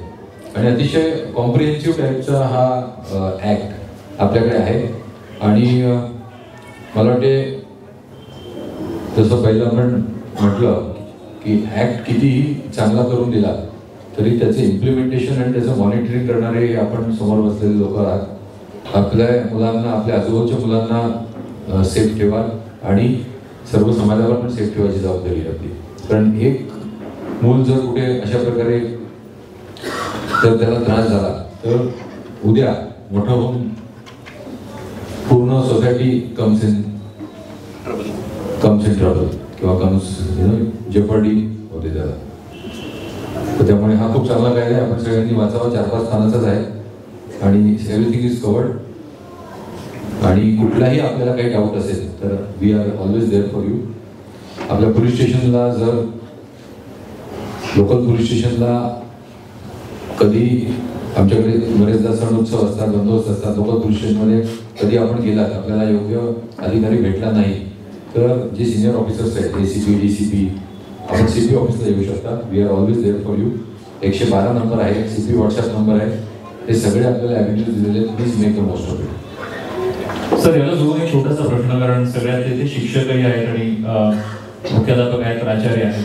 आता एक घटना घडली आणि त्या घटनेमध्ये ज्या शाळेत ही घटना घडली त्या शाळेमध्ये शिक्षक आणि तिथे प्राचार्य यांच्यावर एक गुन्हा दाखल झाला. तो सगळ्यांच्या मनात ही भीती आहे की तिथे घटना घडली म्हणून तो गुन्हा दाखल झाला का, यातली नेमकी न दिसणारी अस्पष्ट रेषा काय आहे, असा का त्यांच्यावरती गुन्हा दाखल झाला, शिक्षक किंवा या कायद्यामध्येच जर तुम्ही रिपोर्ट टाइमवर केला नाही किंवा रिपोर्टिंगला तुम्ही डिले केला किंवा रिपोर्ट केला नाही तुम्ही तर इट इज अ क्राईम. बरेचदा आपण काय म्हणतो स्कूलची पण त्यांचे पण वेगळे हे असतात, आमचं नाव आहे, आमचे हे आहे. पण अशा प्रकारचा विचार न करता एखादी जर घटना घडलेली आहे तर जोपर्यंत आपण स्वतःहूनच आपल्या घरातली साफसफाई करणार नाही आणि आपण स्वतःहूनच येऊन आपलं किती मोठं नाव असेल, बघा काही डिझास्टर्स कुठेही होऊ शकतात. पोलिसांकडूनही बरेचदा अशा काही चुका होतात, त्यांच्यावर बरेच क्रिटिसिझम होतं. तर ठीक आहे, क्रिटिसिझम होईल, काय होईल, पण आम्ही जे योग्य आहे तो निर्णय घेऊ.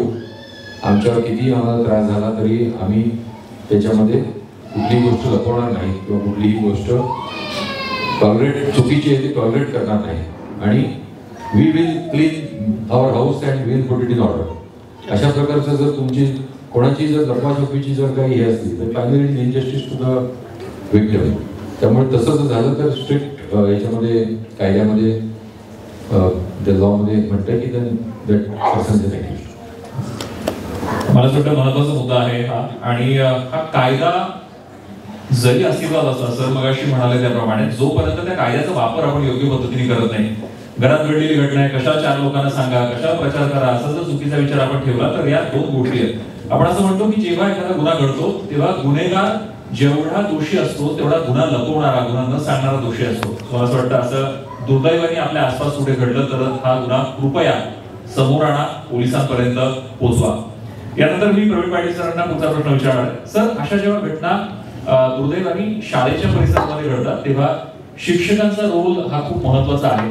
तर त्या संदर्भात आपण त्यांना मार्गदर्शन केलेलं आहे का? त्या संदर्भात आपण त्यांना माहिती दिलेली आहे का? किंवा त्या संदर्भात त्यांचं ट्रेनिंग असं आपण काही घेतो का? असं आपण काही केलंय का? याबाबत सर आताच आपला सचिन जोशी सरांचा परिचय करून देताना विषय झाला आपला की त्यांना मुख्यमंत्री माझी शाळा सुंदर शाळा पहिल्या टप्प्यात राज्यातनं पहिलं बक्षीस मिळालं. तसंच आता आमचा महाराष्ट्रात मुख्यमंत्री माझी शाळा सुंदर शाळा दुसरा टप्पा सुरू आहे आणि त्याचं विभागात मूल्यांकन सुरू आहे. त्यामुळे सर्व अधिकारी विभागातल्या सर्व शाळांना भेटी देत आहेत आणि भेटी देताना आता प्रायोरिटीने आपला मुद्दा हाच राहणार आहे की या अंतर्गत चिराग ॲपचं त्यांनी माहिती दिली का, 1098 नंबर हेल्पलाईन नंबर त्यांनी त्या शाळेत नोंदलेला आहे का, ई बॉक्सच्या बाबत त्यांनी माहिती दिलेली आहे का.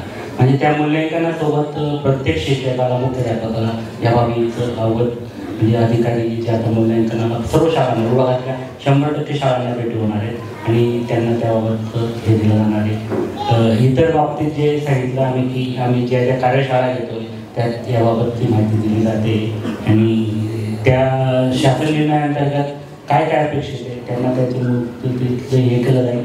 आणि नंतर जेव्हा आम्ही तपासण्या करणार आहेत, आम्ही जेव्हा शाळेच्या तपासणी करतो तर याची किती अंमलबजावणी झाली त्यानुसार त्याची खात्री केली जाणार. सर, आता सगळे बऱ्यापैकी शिक्षक सुद्धा इथे आहेत आणि आपण त्या सगळ्या शिक्षकांना लीड करताय. सो मला असं वाटतं की शिक्षकांचा रोल अशा प्रकारच्या घटनांमध्ये किती महत्वाचा आहे, काय या निमित्ताने सांगा.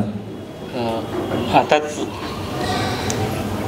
मॅडमांनी सांगितलं की आपल्याला चेहरे वाचता आले पाहिजे. आता आपले शिक्षक म्हणजे BA हे जे त्यांनाही शैक्षणिक मानसशास्त्र असतं आणि आपल्या या सर्वांच्या माहिती आपल्याला की विद्यार्थी म्हणजे आपला पाल्य जो आहे तो घरापेक्षा शाळेत जास्त वेळ असतो. म्हणजे शिक्षक असेल, त्या शाळेची शिक्षिका असेल, हा पूर्ण वेळ त्याच्याची याचं निरीक्षण करत असतो. आणि जर असा शिक्षक जर मुलांचं किंवा मॅडम त्या ज्या शिक्षिका आहेत त्या जर मुलांचे चेहरे वाचता सुरू केलं आणि त्यांना तात्काळ बदल समजतो की हा कालपर्यंत अगदी छानपैकी उड्या मारणारा विद्यार्थी किंवा ही विद्यार्थिनी आज असं का वागते हे त्यांच्या लगेच लक्षात आलं पाहिजे आणि याचं सजग राहिलं पाहिजे. आदरणीय सौदागर सरांनी सांगितलं की आपण याबाबत हे सजग राहत नाही का. तर मी आता माझ्या कुटुंबाचं उदाहरण मी सांगितलं तुम्हाला की आपण समजा माझा चिरंजीव बाहेर आहे, आपण साध्या कॉलने बोलतो, ठीक आहे, तो बोलल्यानंतर त्याच्या आवाजावरून आपण ओळखणार नाही. परंतु आता त्याच्या आईने व्हिडिओ कॉल लावल्यानंतर सुद्धा ती तिचे कामं करत असते आणि बोलत असते. तर एकदा तिच्याकडनं सुद्धा तो काहीतरी टेन्शनमध्ये असला तर त्याच्याकडनं मीच झालं. मी जेव्हा त्याच्याशी त्याचा चेहरा वाचला त्याला विचारलं तेव्हा तो बोलला की त्याचं देखील प्लेसमेंट संदर्भात त्याला टेन्शन होत होते, तो बोलला. तेव्हा त्याच्या आईला जाणीव झाली की आपण व्हिडिओ कॉल लावल्यानंतर याच्या चेहरा 2-3 मिनिटं बघितलं पाहिजे.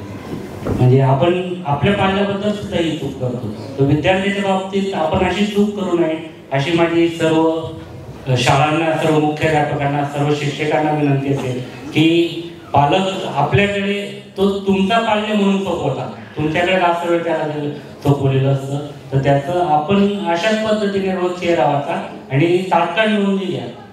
आदरणीय कर्णिक सरांनी जे सांगितलं की आपण शाळेच्या रेप्युटेशनला, शाळेच्या नावाला घाबरता की याचं हे होईल, परंतु असं न करता तुम्ही कळवा ना, तुम्ही FIR करा असं आम्ही म्हणत नाही. तुम्ही शाळेला कळवा की अशी घटना या इथं घडली होती, आपल्या स्तरावर याची उचित चौकशी होऊन कारवाई व्हावी. जर ते योग्य असेल तर ते पुढचं काय करतील, त्याला समज देतील, हे करतील. परंतु उगाच आपणच ते परस्पर काही मिटवण्याचा प्रयत्न करू नका, जेणेकरून उद्या त्या अपराध करणाऱ्याची हिंमत वाढते आणि तो याच्यापेक्षा मोठा अपराध करतो. आणि तेव्हा दुर्दैवाने आपलं नाव येतं, जे बदलापूरच्या घटनेत झालं. त्यांनी तिकडनं ती चूक झाली की ते रेप्युटेशन शाळेच्या नावाचं हे करायला गेले आणि त्यांनी ती घटना थोडंसं जी तात्काळ अवगत करायला पाहिजे होती ती केली नाही. तर माझी या निमित्ताने सर्व शाळांच्या मुख्याध्यापकांना, शिक्षकांना, कधी कधी बघा आपण बाहेरचं नाही सांगत, कधी कधी शिक्षकाकडनं जर तिथं हे होत असेल तर इतर मॅडम किंवा इतर शिक्षकांच्या ते लक्षात येईल शाळेतल्या, पण येईल ते लक्षात, तर त्यांनी ती नोंद घेतली पाहिजे. आणि माझा अनुभव असा आहे शिक्षक म्हणून पण, तर विद्यार्थी आपल्याजवळ सर्व सांगत असतात, एकदा पालकांशी बोलणार नाहीत परंतु शिक्षकांशी, शिक्षकांशी बोलत असतात. फक्त सरांनी सांगितल्याप्रमाणे आपण त्यांचा मित्र झालं पाहिजे, आपल्याला त्यांचा मित्र होत आलं पाहिजे. आणि त्यांनी आपण त्यांना मित्रासारखं जर हे केलं तर ते आपल्याजवळ नक्कीच बोलतील. अशा पद्धतीची आम्ही आपल्याकडनं अपेक्षा करू. नक्कीच. तर मला वाटतं खूप महत्त्वाचे मुद्दे तुम्ही सांगितलेत आणि सरांनी आपल्या सगळ्यांना आवाहन केलंय. म्हणूनच आपल्या एकूणच व्यवस्थेमध्ये, आपल्या हिंदू संस्कृतीमध्ये मातृदेवो भव, पितृदेवो भव आणि त्याच्यानंतर स्थान दिले आचार्य देवो भव. गुरुंना फार महत्वाचं स्थान आहे. एक खूप छान कविता मी वाचली होती की साने गुरुजी, तुम्ही पुन्हा एकदा साने गुरुजी व्हाल का आणि नीती चारित्र्याचे धडे माझ्या मुला द्याल का. आणि आपण सगळे ते शिक्षक आहात. मला असं वाटतं की आपण ठरवलं तर समाज बदलणं हे नक्कीच तुमच्या हातामध्ये आहे. यानंतरचा पुढचा प्रश्न मी डॉक्टर तृप्ती यांना विचारणार आहे. जनरली काय होतं मॅम, लैंगिक शोषण, सेक्शुअल अब्यूज म्हटलं की आपल्याला 1, 2, 3 प्रकार समोर येतात. पण आपण लहान मुलांबरोबर काम करताय तर हा खूप महत्त्वाचा प्रश्न मला असं वाटतं शिक्षकांसाठी आणि पालकांसाठी होईल की सेक्शुअल अब्यूजचे, लैंगिक शोषणाचे प्रकार कुठले कुठले आहेत आणि त्याचा पुढच्या आयुष्यावर काय परिणाम होतो. खूप महत्त्वाचा प्रश्न आहे. आता आपण सगळे सध्या 2 जगात वावरतोय, बरोबर आहे. एक आपलं व्यक्तिशः जग आणि दुसरं इंटरनेटचं जग, जे आभासी जग आहे. तो लैंगिक शोषणाचे प्रकार, सेक्शुअल असॉल्ट ऑफलाईन म्हणजे व्यक्तिशः होणारे आणि ऑनलाईन अशी आपण 2 ढोबळ प्रकारामध्ये त्याची विभागणी करूया. आता ऑफलाईन म्हणजे व्यक्तिशः होणारे, त्याच्यामध्ये कॉन्टॅक्ट म्हणजे स्पर्शाद्वारे होणारे आणि नॉन कॉन्टॅक्ट अशी विभागणी करूया. स्पर्शाद्वारे होणारे आपल्याला सगळ्यांना बरेचसे माहिती आहे. तो याच्यामध्ये लहान मुलांचे प्रायव्हेट पार्ट स्पर्श करणं किंवा त्यांना हाताळणं, ओरल सेक्स किंवा किसिंग करणं आणि पेनिट्रेटिव्ह सेक्शुअल असॉल्ट यासारखे बरेच प्रकार येतात. नॉन कॉन्टॅक्ट सेक्शुअल अब्यूजमध्ये लहान मुलांना स्वतःचे प्रायव्हेट पार्ट दाखवणं किंवा लहान मुलांना त्यांचे प्रायव्हेट पार्ट दाखवणं भाग पाडणं, त्यांच्यासमोर हस्तमैथून करणं किंवा मुलांना हस्तमैथून करणं भाग पाडणं, मुलांना पोर्नोग्राफी दाखवणं किंवा लहान मुलांचा पोर्नोग्राफीसाठी वापर करणं, लहान मुलांसमोर सेक्शुअल ॲक्टिव्हिटीज करणं यासारखे प्रकार होतात. अगदी चाइल्ड अब्यूज रिलेटेड इमेजेस किंवा व्हिडिओज पाठवणं, बघणं आणि स्टोअर करणं यालाही पोक्सो ॲक्टच्या अंतर्गत शिक्षा आहे. आता हे बऱ्याचशा टीनेजर्सला माहिती नाही. तर माझी इच्छा आहे की हे घरी जाऊन आपापल्या टीनेजर्सला सांगा, कारण त्यांचं जग वेगळं असतं. भयानक सेक्शुअल क्युरिओसिटी असते टीनेजर्सच्या मनामध्ये. सो वयानुरूप आणि परिस्थितीनुरूप हे ज्ञान देणं ही पालकांची जबाबदारी आहे. आता आपण वळूया ऑनलाईन सेक्शुअल अब्यूजकडे. सो इंटरनेटला आम्ही काय म्हणतो, डेंजरस AAA इंजिन. AAA पहिला ए आहे ॲक्सेसिबल. कोणालाही ॲक्सेसिबल आहे तळागाळातल्या लोकांना, कारण ते अफोर्डेबल आहे. बघितले, अफोर्डेबल, ॲक्सेसिबल आणि ॲनॉनिमस. ॲनॉनिमस म्हणजे कोणीही अनोळखी व्यक्ती तुमच्या टीनेजरच्या मुलाच्या मुलीच्या आयुष्यातून अब्यूज करून जाते, ते आपल्याला कळत नाही, त्यामुळे ते डेंजरस आहे. ओके. आता हे high risk online sexual behaviour, इथे मी टीनेजर्सच्या बाबतीत बोलेन. चिमुकलं 4 वर्षाचे असतील, 14 वर्षाचे असतील, ते चिमुकलंच असतं. ओके. सो हे high risk online sexual behaviour हे टीनेजर्सच्या बाबतीत खूप प्रमाणात घडत आहे. रॅदर सायकोलॉजिस्टने जगभरामध्ये असं प्रेडिक्ट केलेलं आहे की पुढील काही वर्षामध्ये सुनामी सारखी या गोष्टीची लाट येणार आहे. आणि ही लाट जर वेळीच थोपवायची असेल तर ऑनलाईन सेफ्टी कशी राखायची, जसं आपण गुड टच बॅड टच शिकलो तशी ऑनलाईन सेफ्टी कशी ठेवायची आपली, हे मुलांना शिकवणं गरजेचं आहे. आता यामध्ये होतं काय, टीनेजर्स म्हटलं की त्यांचा एक थोडं वेगळं विश्व असतं. आई वडिलांपासून ते बाहेरच्या विश्वात जात असतात, तिथे त्यांना वेगवेगळ्या ओळखी बनवायच्या असतात. मग हातात मोबाईल इंटरनेट आला की मुलं डेटिंग ॲपवर जातात, तिथे बऱ्याचशा अनोळखी व्यक्तींबरोबर मैत्री करतात. हळूहळू त्यांना मैत्रीच्या जाळ्यात ओढलं जातं, प्रेमाच्या जाळ्यात ओढलं जातं आणि मग मागणी होते न्यू इमेजेस आणि व्हिडिओची. एकदा हे गेलं की मग सुरू होतं ब्लॅकमेलिंगचं चक्र. मग त्या मुलांना ब्लॅकमेल करून त्यांचं चाइल्ड ट्रॅफिकिंग केलं जातं, त्यांना कंपल्सरी ऑनलाईन सेक्शुअल ऍक्टिव्हिटीज करायला भाग पाडलं जातं किंवा मनी लॉन्ड्रिंग केलं जातं. हे तोपर्यंत पालकांच्या लक्षात येत नाही जोपर्यंत ते बाळ सुसाईड टेंडन्सीज करत नाही, सुसाईड करत नाही किंवा सिव्हिअर डिप्रेशनमध्ये जात नाही. जेव्हा कळतं तेव्हा खूप उशीर झालेला असतो, कारण ऑनलाईन सेक्शुअल अब्यूजचे तेवढेच दुष्परिणाम आहेत जेवढे ऑफलाईन सेक्शुअल अब्यूजचे आहेत. हा खूप भयानक विषय आहे. म्हणजे येत्या 27 सप्टेंबरला नाशिकमध्ये 27-28-29ला ॲग्लोस्कॉन नावाच्या मी नॅशनल कॉन्फरन्स घेतो, जिथे देशभरातून तज्ज्ञ येत आहेत, टीनेजर स्पेशलिस्ट येत आहेत. त्याच्यामध्ये पूर्ण 1 दिवसाचं वर्कशॉप आमचं हाय रिस्क ऑनलाईन सेक्शुअल बिहेवियरवर आहे. तर या सगळ्या गोष्टींची आपल्याला माहिती पाहिजे. अजून एक मी सांगेन, डेट रेप्स. हल्ली टीनेजर्समध्ये लेट नाईट पार्टीज केल्या जातात. दुर्दैवाने त्यामध्ये अल्कोहोलचं, ड्रग्सचं प्रमाण वाढलेलं आहे. मुली जेव्हा जातात तेव्हा काही प्रकारचे ड्रग्स त्यांच्या कोल्ड्रिंकमध्ये किंवा ड्रिंक्समध्ये ॲड केले जातात, ज्याला रंग नसतो, वास नसते, चव नसते, त्यामुळे मुलींना कळत नाही. आणि मग त्या मुलीच्या औषधाच्या प्रभावाखाली गेलं की त्यांच्यावर असॉल्ट होतो. सो हे सगळे सेक्शुअल अब्यूजचे प्रकार आहेत, याहीपेक्षा जास्त आहेत, मी जास्त बोलत नाही.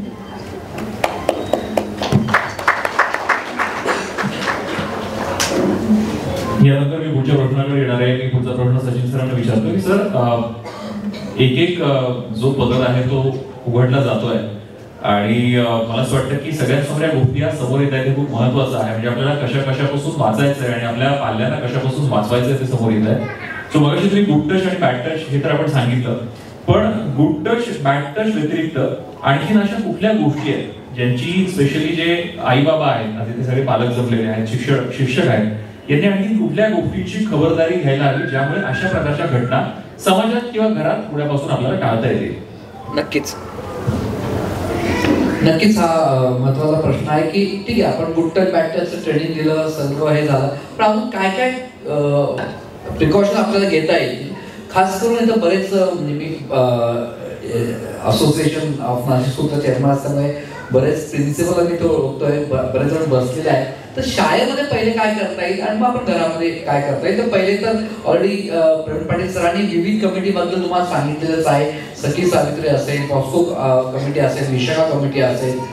दुसरं म्हणजे पॅरेंटिंगचे ट्रेनिंग्स शाळेने, स्कूल्स नाही, विविध पॅरेंटिंगचे ट्रेनिंग्स घेतले पाहिजे. ह्या विषयावर तज्ञांना बोलवलं पाहिजे आणि स्कूलमध्ये या विषयावर डिस्कशन केलं पाहिजे. बऱ्याच वेळा होत नाही, तेव्हा हा एक महत्वाचा. टीचर ट्रेनिंग सुद्धा तेवढंच महत्वाचं आहे. वर्कशीट सॉल्व्ह करून घेणं, वर्कशीट ते घरी पण करू शकतात आणि तुम्ही स्कूलमध्ये सुद्धा आपण करू शकतो.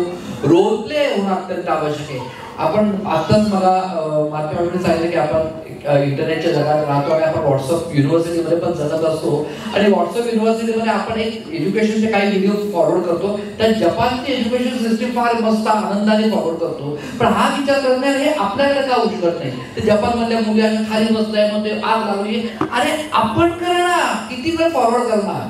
सो हा पहिला मुद्दा आहे की तुम्ही तुमच्याकडे या सगळ्या गोष्टी करणं अत्यंत आवश्यक आहे रोल प्लेच्या माध्यमातल्या. त्याच्यानंतर तुमच्या स्टाफ मधलं ड्रायव्हर्स जे असतील त्याचं पोलीस व्हेरिफिकेशन करणं आवश्यक आहे. पोलीस व्हेरिफिकेशनच्या आपली सरांनी ऑलरेडी वेबसाईट हे केलेली, त्यामुळे तुम्हाला पोलीस स्टेशन मध्ये जायला पाहिजे अजिबात असं नाहीये. पोलीस व्हेरिफिकेशनची पूर्ण माहिती तुम्हाला होणं आवश्यक आहे. तुमच्याकडे स्कूलमध्ये जर तो स्टाफ आहे हाऊसकीपिंगचा, तो हाऊसकीपिंगचा स्टाफ, कारण बदलापूरच्या केसमध्ये हाऊसकीपिंगच्या स्टाफने सर्वे केलं होतं. सो हाऊसकीपिंगच्या स्टाफचं पोलीस व्हेरिफिकेशन व्हायला पाहिजे. त्यानंतर टॉयलेट जे असतात त्या टॉयलेट्समध्ये तिथे समोर आंटीजला, त्या मावशींना बसवणं आवश्यक आहे. जेंट्स पेक्षा आंटी असणं अत्यंत आवश्यक आहे. साफसफाईचा जो असतो, जो टॉयलेट साफ करतो, कारण की शाळेमध्ये हाऊसकीपिंगचे बरेच जण ते साफसफाई नाही करत. बऱ्याच शाळांना साफसफाईसाठी वेगळे कामगार बोलावे लागतात. ती काळजी घेतली पाहिजे की मुलींचं टॉयलेट जे आहे त्याला साफसफाई जो कामगार जाणार आहे तो लेडीजच जाणार जाते की नाही तुमच्याकडे चेक होणं आवश्यक आहे. त्याच्यानंतर टॉयलेट्समध्ये जे टायमिंग्स आहेत, म्हणजे लहान मुलांना टॉयलेट जाण्याचे टायमिंग्स तुम्ही वेगळे करा, मोठ्या मुलांना जाण्याचे टायमिंग थोडे वेगळे करा, एकत्र न पाठवता. छोटी गोष्ट आहे पण याच्यामुळे टायमिंग जरी वेगळे केले तरी बऱ्यापैकी घटना अशा होत नाही.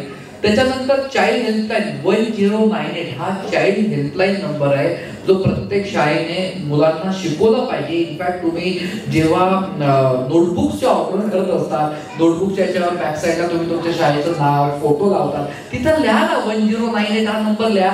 आणि जो आत्ताच सरांनी सांगितला 112 नंबर, हे 2 नंबर तुम्ही तुमच्या नोटबुकवर मुलांना लिहायला सांगणं आवश्यक आहे. सिलेबसच्या सर कुठल्याच, म्हणजे मी पाटीलराव सांगितलं सर कुठल्याच प्री प्रायमरीच्या सिलेबस मध्ये गुड बॅक्टरचे वर्कशीट किंवा नाही, खास करून जे प्रायव्हेट आहे. SCRT आणि NCERTच्या पुस्तकात आहे पण 90% खासगी शाळा NCERTचे बुक्सच वापरत नाही. त्यामुळे खूप म्हणजे भयान आहे. त्यामुळे तुम्ही ती डिमांड करा की तुमच्याकडे प्रायव्हेट पब्लिशर येतो ना, पहिले चेक करा प्रिन्सिपलने की याच्यामध्ये हे वर्कशीट गुड टच बॅक्टरचा टॉपिक हा कुठे ना कुठे इन्क्लूड आहे की नाही. सो या महत्वाच्या गोष्टी आहेत ज्या स्कूलने केल्या पाहिजे. नाशिक स्कूल असोसिएशनच्या माध्यमातून आम्ही जवळजवळ 40 शाळा एकत्र येऊन या पद्धतीचे अवेअरनेस सातत्याने घेतो. हा सुद्धा त्यातलाच एक भाग आहे. सो मला असं वाटतं की जेवढे काही इथं मुख्याध्यापक आणि शिक्षक आहेत त्यांनी या 12-13 गोष्टी करणं आवश्यक आहे. नक्कीच डॉक्टर ऋषी त्यांच्याकडे येणार आहे. हे सगळं बोलण्यातून आपल्याला एक लक्षात येतं की या घटना जेव्हा घडतात आणि त्या पटकन समोर येत नाही याचं कारण पाल्य आणि पालक, आई बाबा आणि मुलं यांच्यामध्ये असलेलं अंतर, आणि डॉक्टर ऋषी त्याकरता खूप चांगलं काम करतात. सो डॉक्टर ऋषी मला तुम्हाला तेच विचारायचं आहे की या घटना समोर येत नाहीत त्याचं कारण मुलं घरात बोलत नाहीत किंवा पालक आपल्या मुलांशी बोलत नाहीत. तुमचं त्यावरती खूप काम आहे. आता सगळे इथे शिक्षकही आहेत आणि पालकही जमलेत. तर पाल्य आणि पालक यांच्यातलं नातं छान राहील याच्याकरता या सगळ्या पालकांनी काय केलं पाहिजे, कसं आपल्या पाल्याशी बोललं पाहिजे, कसं वागलं पाहिजे, काय सांगाल? सर्वप्रथम म्हणजे मुलांनी आणि पालकांनी आणि मुलांमध्ये जो संवाद आहे ना, ही सध्या खूप लॅक्यून आहे. आणि मी असं म्हणत नाही की कोणाला दोष द्यावा, शाळांना दोष द्यावा, पालकांना दोष द्यावा का मुलांना दोष द्यावा. काय झालंय की सकाळपासून संध्याकाळपर्यंत मुलांना ऍक्टिव्हिटीज असाव्या पण मुलांसाठी आपण किती वेळ काढता येईल हे समजणं तेवढंच गरजेचं आहे. अनेकदा आई वडील वर्किंग असतात, त्यांना वेळ देता येत नाही, घरी आजी आजोबा असतात, ते त्या मुलांना पुष्कळ संस्कार. इनफॅक्ट ज्या घरामध्ये आजी आजोबा आहे त्या घरामध्ये खूप चांगली परिस्थिती आहे की मुलं आजी आजोबांशी मनमोकळेपणे बोलतात.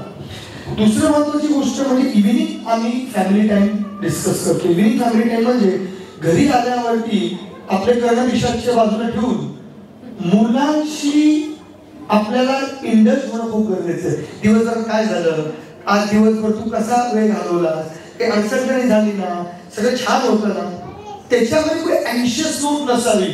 म्हणजे एखाद्याचं अनेकदा होतं ते मूल थोडंसं बिथरायला लागतं, पण त्यावेळेस पालकांनी तेवढं इझी मध्ये राहावं. बरं काय काळजी नको, सांग काय झालं, अरे बोल. तो कॉन्फिडन्स गेन करण्यासाठी त्यांच्या लेवलला जाऊन कम्युनिकेट करणं खूप इम्पॉर्टंट आहे. तिसरी महत्वाची गोष्ट म्हणजे आपण ज्याला म्हणतो ना फॅमिलियल इंडल्जिंग ऍक्टिव्हिटीज. अनेकदा असं होतं की स्वयंपाक करताना आम्ही सांगतो आयांना आणि की त्यांना तुमच्यासोबत कॅरी करा, म्हणजे त्यांना त्याच्यामध्ये रुजू करा. हे बघ तू मला थोडी एवढी मदत करू दे, तू माझी वेळ. त्याच्यातनं ना ते बॉन्डेज तयार होतं. चौथं आणि सगळ्यात मोठं स्लीप टॉक, जसं म्हटले की मला वारंवार असं दिसतं सर्वांनी, म्हणजे मी काही घाबरण्यासाठी करत नाही, मुलाची झोप सुद्धा विचलित आहे कारण की ओव्हर बर्गनिंग फिनॉमिना म्हणतो. अनेकदा मुलं दचकतात, रात्री पॅनिक अटॅक्स म्हणजे दचकून उठून ते ओरडायला लागतात. अशा वेळेस ना त्या रूट कॉजला पहिल्या आई वडिलांनी जावं लागतं. रात्री जरी उठला असेल, अनेकदा असं होतं भूषण की झोप काही झालं नाही, that is a right time की तो मुलगा नरेट करतो की ड्रीम असेल किंवा झालेली घटना असेल, कारण की सगळ्यात जास्त फिअर फॅक्टर मध्ये असतो तो. तर ते फिअर फॅक्टर त्या क्षणात जाणून घेतलं तर त्याच्या मागचं कारण आपल्याला कळतं. मागाशी मला सांगायचं राहिलं की पालकांनी काही गोष्टी थोड्या बारकाईने बघायच्या असतात. त्या मुलाला अडचणी कुठे येऊ शकत असतील सिम्पटॉलॉजिकली. एखादा मुलगा किंवा मुलगी वारंवार हात धुतोय, OCD ज्याला म्हणतो, कारण की त्याला कुठे ना कुठे घृणता वाटायला लागली, ही वारंवार एकच ऍक्टिव्हिटी करतोय, लोकांमध्ये येण्यापासून बिचकतोय, ज्याला म्हणतात सोशल फोबिया. 4-5 जण घरचे सगळे आलेले आहेत आणि तेव्हाच त्याची इन्व्हॉल्वमेंट नसते, म्हणजे कुठे तो ट्रॉमाटाइज असू शकतो. तिसरं महत्वाचं आणि सर्वात महत्वाचं, त्याचा अभ्यासामध्ये परफॉर्मन्स अफेक्ट व्हायला लागतो. जे बघाशी आपलं बोलता राहिलं की एखाद्या सबकॉन्शियस मध्ये जर फिअर बसला असेल, भय बसला असेल, भीती बसली असेल, तर नक्कीच त्याचा परिणाम त्याच्या परफॉर्मन्स मध्ये नॉट ओन्ली मार्क, त्याच्या वर्गामध्ये असलेला टेन्शन, तो किती डिस्ट्रॅक्ट होतोय, तो किती मलूल होतोय. कारण की अनेक मुलं एकदम विड्रॉ होऊन जातात आणि सर आणि सर्वजण म्हणाले हे बरे टीचर्स लोकांना कळतं. मग पालकांना कळण्यावरती आपल्याला त्यांना त्याच लेवलला जाऊन समजून घेणं अतिशय इम्पॉर्टंट आहे. सचिन सर कायम असे वरती ठेवत असतात. त्या मुलाला म्हणजे मी कधी कधी सरांना जेव्हा पेरेंट येतो सरांना फोन करून सांगतो, इमिजिएटली त्याची दखल सर घेतात आणि पालकांना देखील बोलून घेतात. तर अनेकदा शाळांमध्ये जर काही मुलाला अडचण येत असेल तर लगेच टॅग न करता पहिले पालकांना बोलून डिस्कस करूया, तो घरी कसा आहे, घरात त्याला काही अडचणी जाणवत का, तो हायपर ऍक्टिव्ह होतोय का, तो खूप घाबरतोय का, तो सोशली फोबिक होतोय का. ह्या घरच्या वातावरणाचा अंदाज शाळेत जरी आला ना तर पालक आणि शिक्षक दोघेही त्या मुलावरती की त्या मुलीवरती काम करू शकतात. असं नाहीये की फक्त शाळेतच काम होईल त्या फक्त घरी काम होईल. आणि सर्वात महत्वाचं आपले जे कल्चर आहे ना, मी काही देवधर्म प्रमोट करत नाहीये, पण त्याच्यामध्ये एंड ऑफ द डे थोडी मनशांती सांगितलेली आहे. तर ज्याला प्रार्थना म्हणतो किंवा आपल्याला तो ज्याला सायलेन्स टाइम म्हणतो, दिवसभर मूल घरात बाहेर गणगण झालेलं असतं आणि आपली पण दिवसभर गणगण चालू असते. तर थोडंसं सेटलमेंट टाइम त्या मुलाला किंवा त्या मुलीला संध्याकाळी अर्धा तास ते 20 मिनिटं एक स्वतःचा स्पेस द्यायचा असतो, जिथे काही चवचव नाही, त्याला खूप क्वेश्चनरीज नाही, खूप काही अभ्यास काय झाला, कसा झाला, आज दिवस, इट इज हिज टाइम. आणि last but not the list, पालकांनी प्रत्येक मुलाला त्या मुलीला 1 तास तरी ग्राउंड ऍक्टिव्हिटीने रुजू करणे. कारण की आज जर तो स्वतःला डेव्हलप करू शकत असेल तर तो मुलांमध्ये राहूनच खोडकर बनून असेल, मस्ती करून असेल, पण चॅनलाइज करणं अतिशय महत्वाचं आहे. म्युझिक असेल, गाणं असेल, डान्स असेल, ड्रॉइंग असेल, काही असेल, 1 तास त्यांना कुठेतरी चॅनलाइज करणं अतिशय गरजेचं आहे. म्हणजे ट्रॉमाटाइज चाइल्ड असेल किंवा नॉन ट्रॉमाटाइज. थँक्यू. एखादा विषय किती गहन आणि मोठा असतो मला असं वाटतं या चर्चेतून कळतं. आता मी माझ्या शेवटच्या काही प्रश्नांकडे येतोय. मला माहिती आहे की गेले 1.25 तास आपण हा सगळा विषय ऐकताय, पण विषय खरंच तेवढा गंभीर आणि महत्वाचा आहे आणि तो खूप शांततेने आपण सगळे ऐकताय. मला असं वाटतं की याचा नक्कीच समाजामध्ये कुठेतरी आपल्याला सगळ्यांना पॉझिटिव्ह परिणाम बघायला मिळेल. मी कर्णिक सरांकडे येणार आहे की सर, सकाळी पण आपली मुलाखत रेडिओ मिरचीवरती होती आणि त्यांनी महत्वाचा विषय आपण ऍड्रेस केला. अशा सगळ्या घटना जेव्हा घडतात तेव्हा लोकांमध्ये एक मानसिकता आहे. खरं मगाशी बोलताना तुम्ही उदाहरणार्थ त्याचा उल्लेख केला, फक्त ते उपप्रश्न म्हणून मी विचारतो की कशाला हे सगळ्यांना सांगायचं, घडलं ना मग आपण आपल्या घरात दाबून टाकू, 4 लोकांना सांगण्यापेक्षा आपल्या घरात आपण हा विषय संपवू. तर 2 प्रश्न आहेत. असं केल्यामुळे नकळतपणे तो जो गुन्हेगार आहे त्याला कसा बढावा मिळतो, आणि दुसरं लोकांना ही जी भीती आहे की हे जर समोर आलं तर कुठेतरी आमच्या घराण्याचं नाव खराब होईल, आमचं नाव खराब होईल, ही भीती.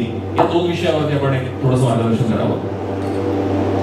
या लॉ मध्येच सेक्शन्स आहेत स्पेसिफिक, ज्याच्यामध्ये विक्टिमचं नाव कुठेही बाहेर येणार नाही, त्याचं बंधन पोलिसांवर व मीडियावर घातलेलं आहे.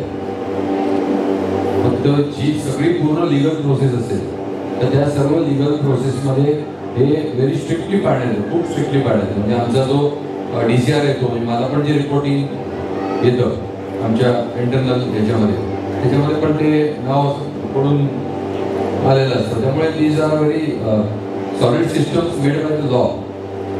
त्यामुळे अशी चिंता करायची कोणाला गरज नाही आहे. आणि फार आपण आपल्या मुलाचा आणि त्याच्याबद्दल आपण विचार करा.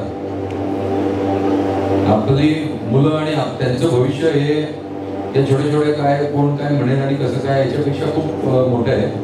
त्यामुळे आपण मला वाटतं या सगळ्याच्या याच्यापासून बाहेर यायला पाहिजे.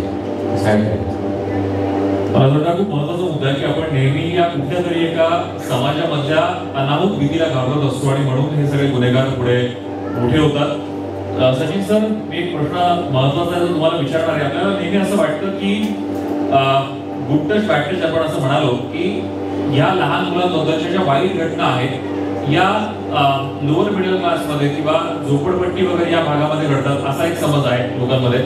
किंवा दुसरा एक समज आहे की बॅड टच किंवा अशा प्रकारे लैंगिक अत्याचार हे फक्त मुलींवरती होतात, मुलांवरती होत नाही, असे काही समज आहेत.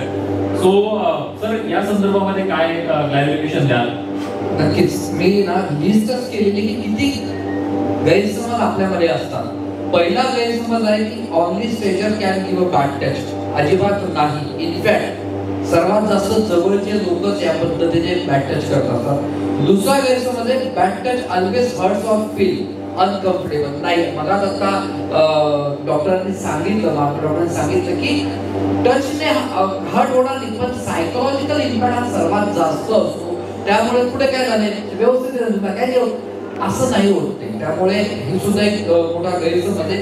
तिसरा गैरसमज आहे जसं तुम्ही सांगितलं boys don't experience bad touch. नाही, हा जुना डाटा 2007चा 52.90% ऑलमोस्ट अगेन 53% बॉयजवर बॅड टचचा इम्पॅक्ट झाला, त्याच्यावर अत्याचार झालेले. दोघांना इक्वली, मुलगा असो किंवा मुलगी असो, बॅड टच होत असतो. चौथा गैरसमज आहे bad touch is always done by adult. फार महत्वाचा मुद्दा आहे. अजिबात नाही, तसं नाहीये. घरामध्ये वयात आलेले जे मुलं असतात ते मला ऑलरेडी सांगितलं किंवा त्यांचे मित्र असतात, 9वी 10वी 11वी 12वी कॉलेजपर्यंतचे मुलं या पद्धतीने तुमच्या घरात वावरत असतील तर फ्रेंड म्हणून काही असेल, मला सांगितलं. पण एक ज्याला आपण नजर म्हणतो ती फार आवश्यक आहे. वयात आलेले मुलं, खास करून काय म्हणतात त्याला कॉलनीमधले मुलं. सो हा एक महत्वाचा मुद्दा आहे. बऱ्याच वेळा कधीतरी ते म्हणजे सेम एजचे जे मुलं असतात तर ते सेम एजची मुलं सुद्धा बॅड टच एकमेकांना करतात. पण त्याला बॅड टच म्हणायचं का, तर मगाच डॉक्टरने सांगितलं की लहानपणी आपण सगळ्यात बऱ्याच डॉक्टर खेळलेलं असतं.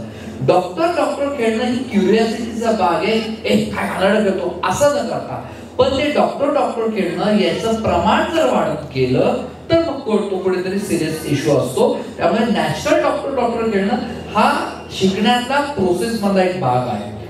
पाचवा गैरसमज आहे children can't say no to adult.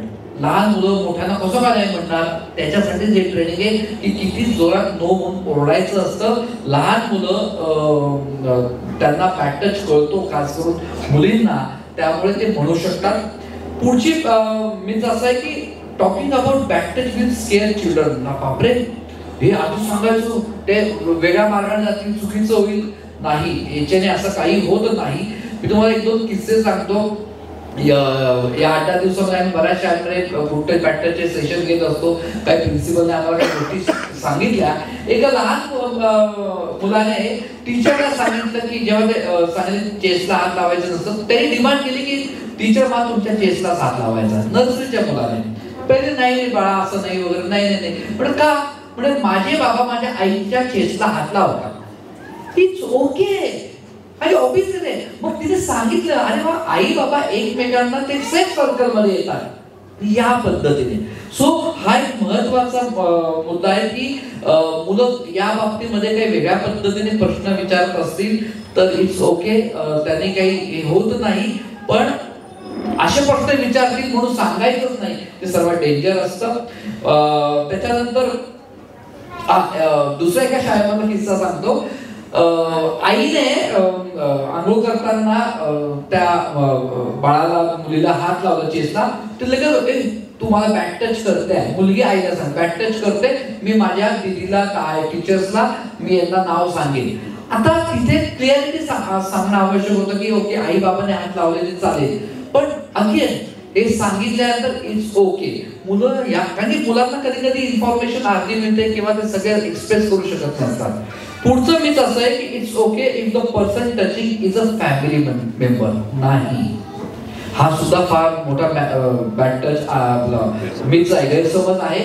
त्यामुळे आई बाबा आणि आजी आजोबा आणि डॉक्टर जेव्हा आई बाबा असतील एवढंच एक क्लिअर डोक्यामध्ये त्यांना शिकवणं आवश्यक आहे. Teaching about good touch and bad touch with corrupt child mind, सर्वात मोठी हा गैरसमज आहे. मुलांना एज अप्रोप्रिएट माहिती देणं आवश्यक आहे. मुलं वयात आल्यानंतर त्यांना सेक्स एज्युकेशन देणं अत्यंत आवश्यक आहे. आपण म्हणतो हे कसं सांगायचं, काय सांगायचं, याचे खूप छान व्हिडिओ उपलब्ध आहेत, तुम्ही त्या पद्धतीने ट्रेनिंग घेऊ शकता. Children are too young to understand sexual abuse, नाही मुलांना हे कळतं, ते एक्सप्रेस होऊ शकतात. हे सर्व अंधश्रद्धा आहेत. त्यामुळे या talking about sexual abuse is taboo and should be avoided. No, this is also गैरसमज. अशा बऱ्याच गैरसमजची लिस्ट माझ्याकडे आहे, पण सांगायचा मुद्दा हा आहे तुम्हाला की आपण संवाद म्हणजे जेवढा चांगलं घरातलं कम्युनिकेशन राहील तेवढे तुमचे हे सगळे गैरसमज कमी होत राहतील.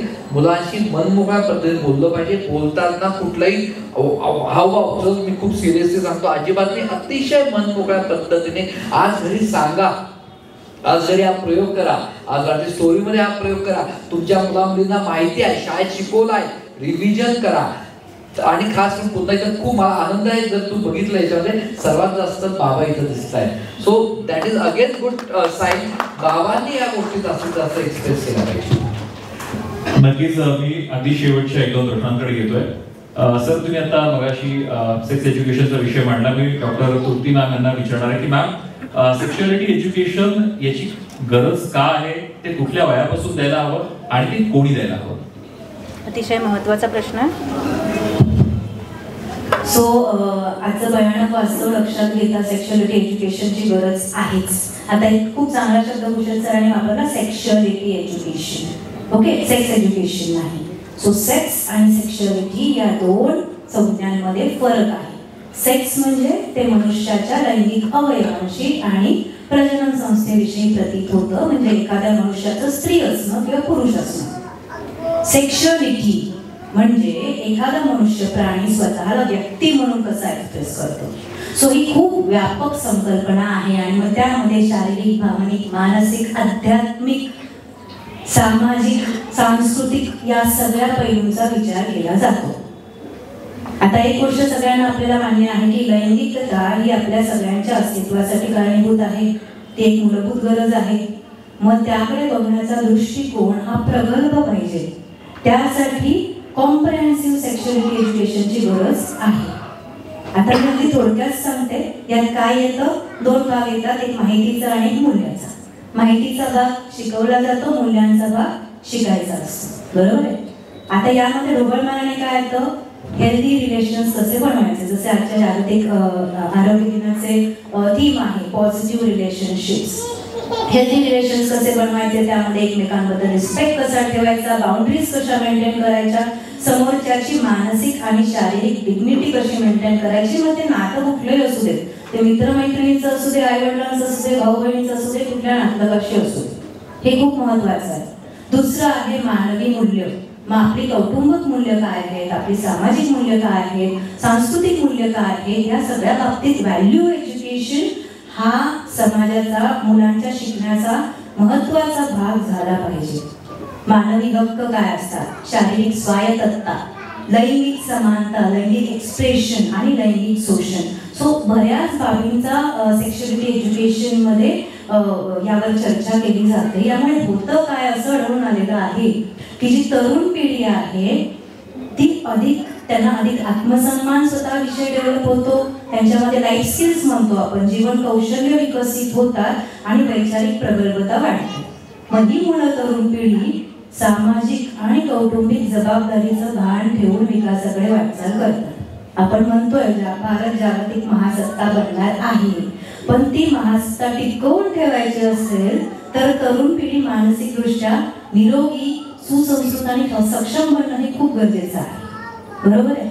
आता यासाठी आपण आतापर्यंत बोललो की मुलांना अनौपचारिक आणि मनमोकळं वातावरण निर्माण करून देणं घरी, शाळेमध्ये हे खूप महत्वाचं आहे.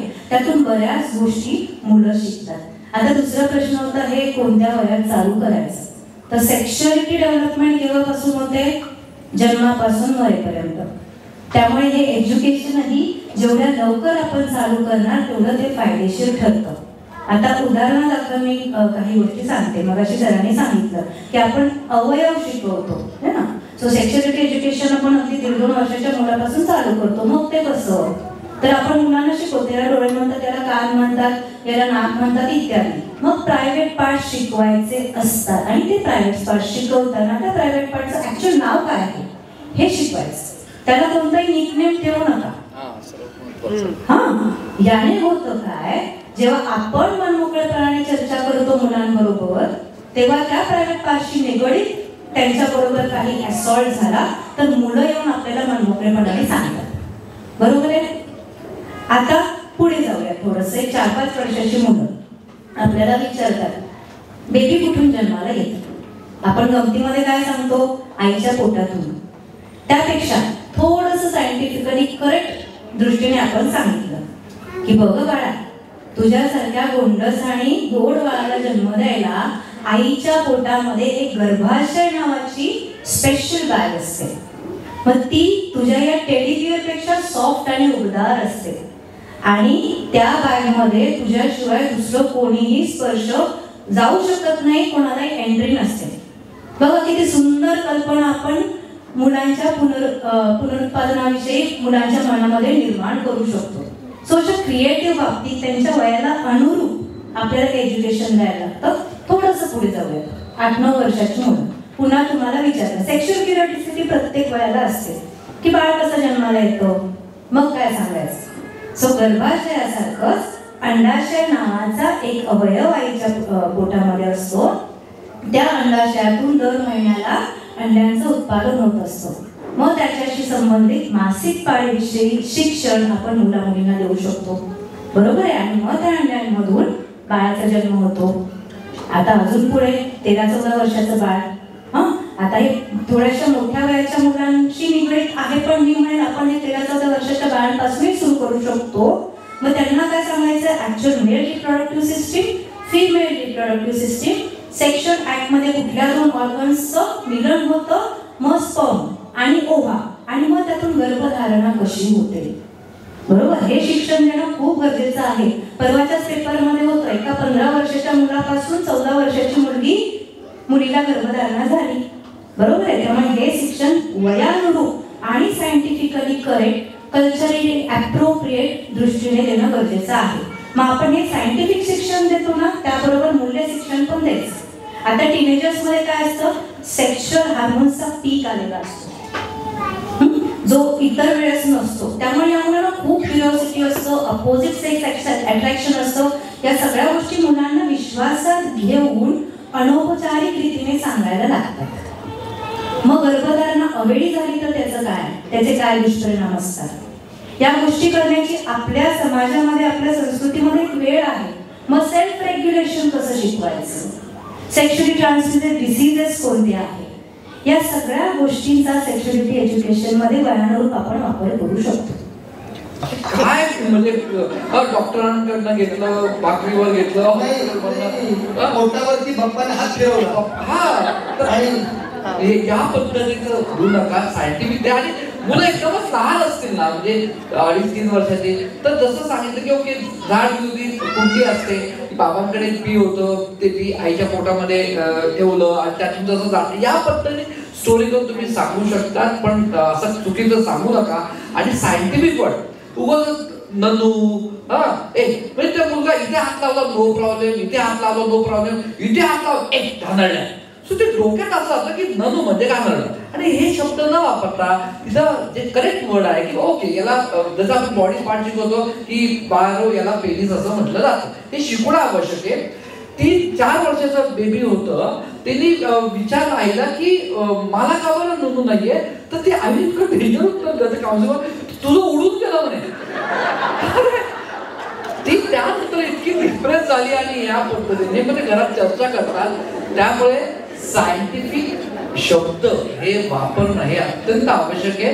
आणि अगेन हा स्कूलचा आणि घरातला पार्ट असणार पाहिजे. सर, माझ्या एक छोटासा विनोद नको, सिरियस टॉपिक असल्यामुळे 14 वर्षाचा मुलाने प्रश्न विचारला, लहानपणी जर बाप्पाने हात फिरवला होता, आता मी कुणाच्या हात फिरवायचा. मॉरल असं आहे की what sir is saying is very important, की सायंटिफिक टर्म्स मध्ये आपण मुलांशी बोललो तर आजकाल आपण म्हणजे नॉट कोणाला ब्रेन पण OTT प्लॅटफॉर्ममध्ये सर्वच लोक त्या गोष्टी बघतो.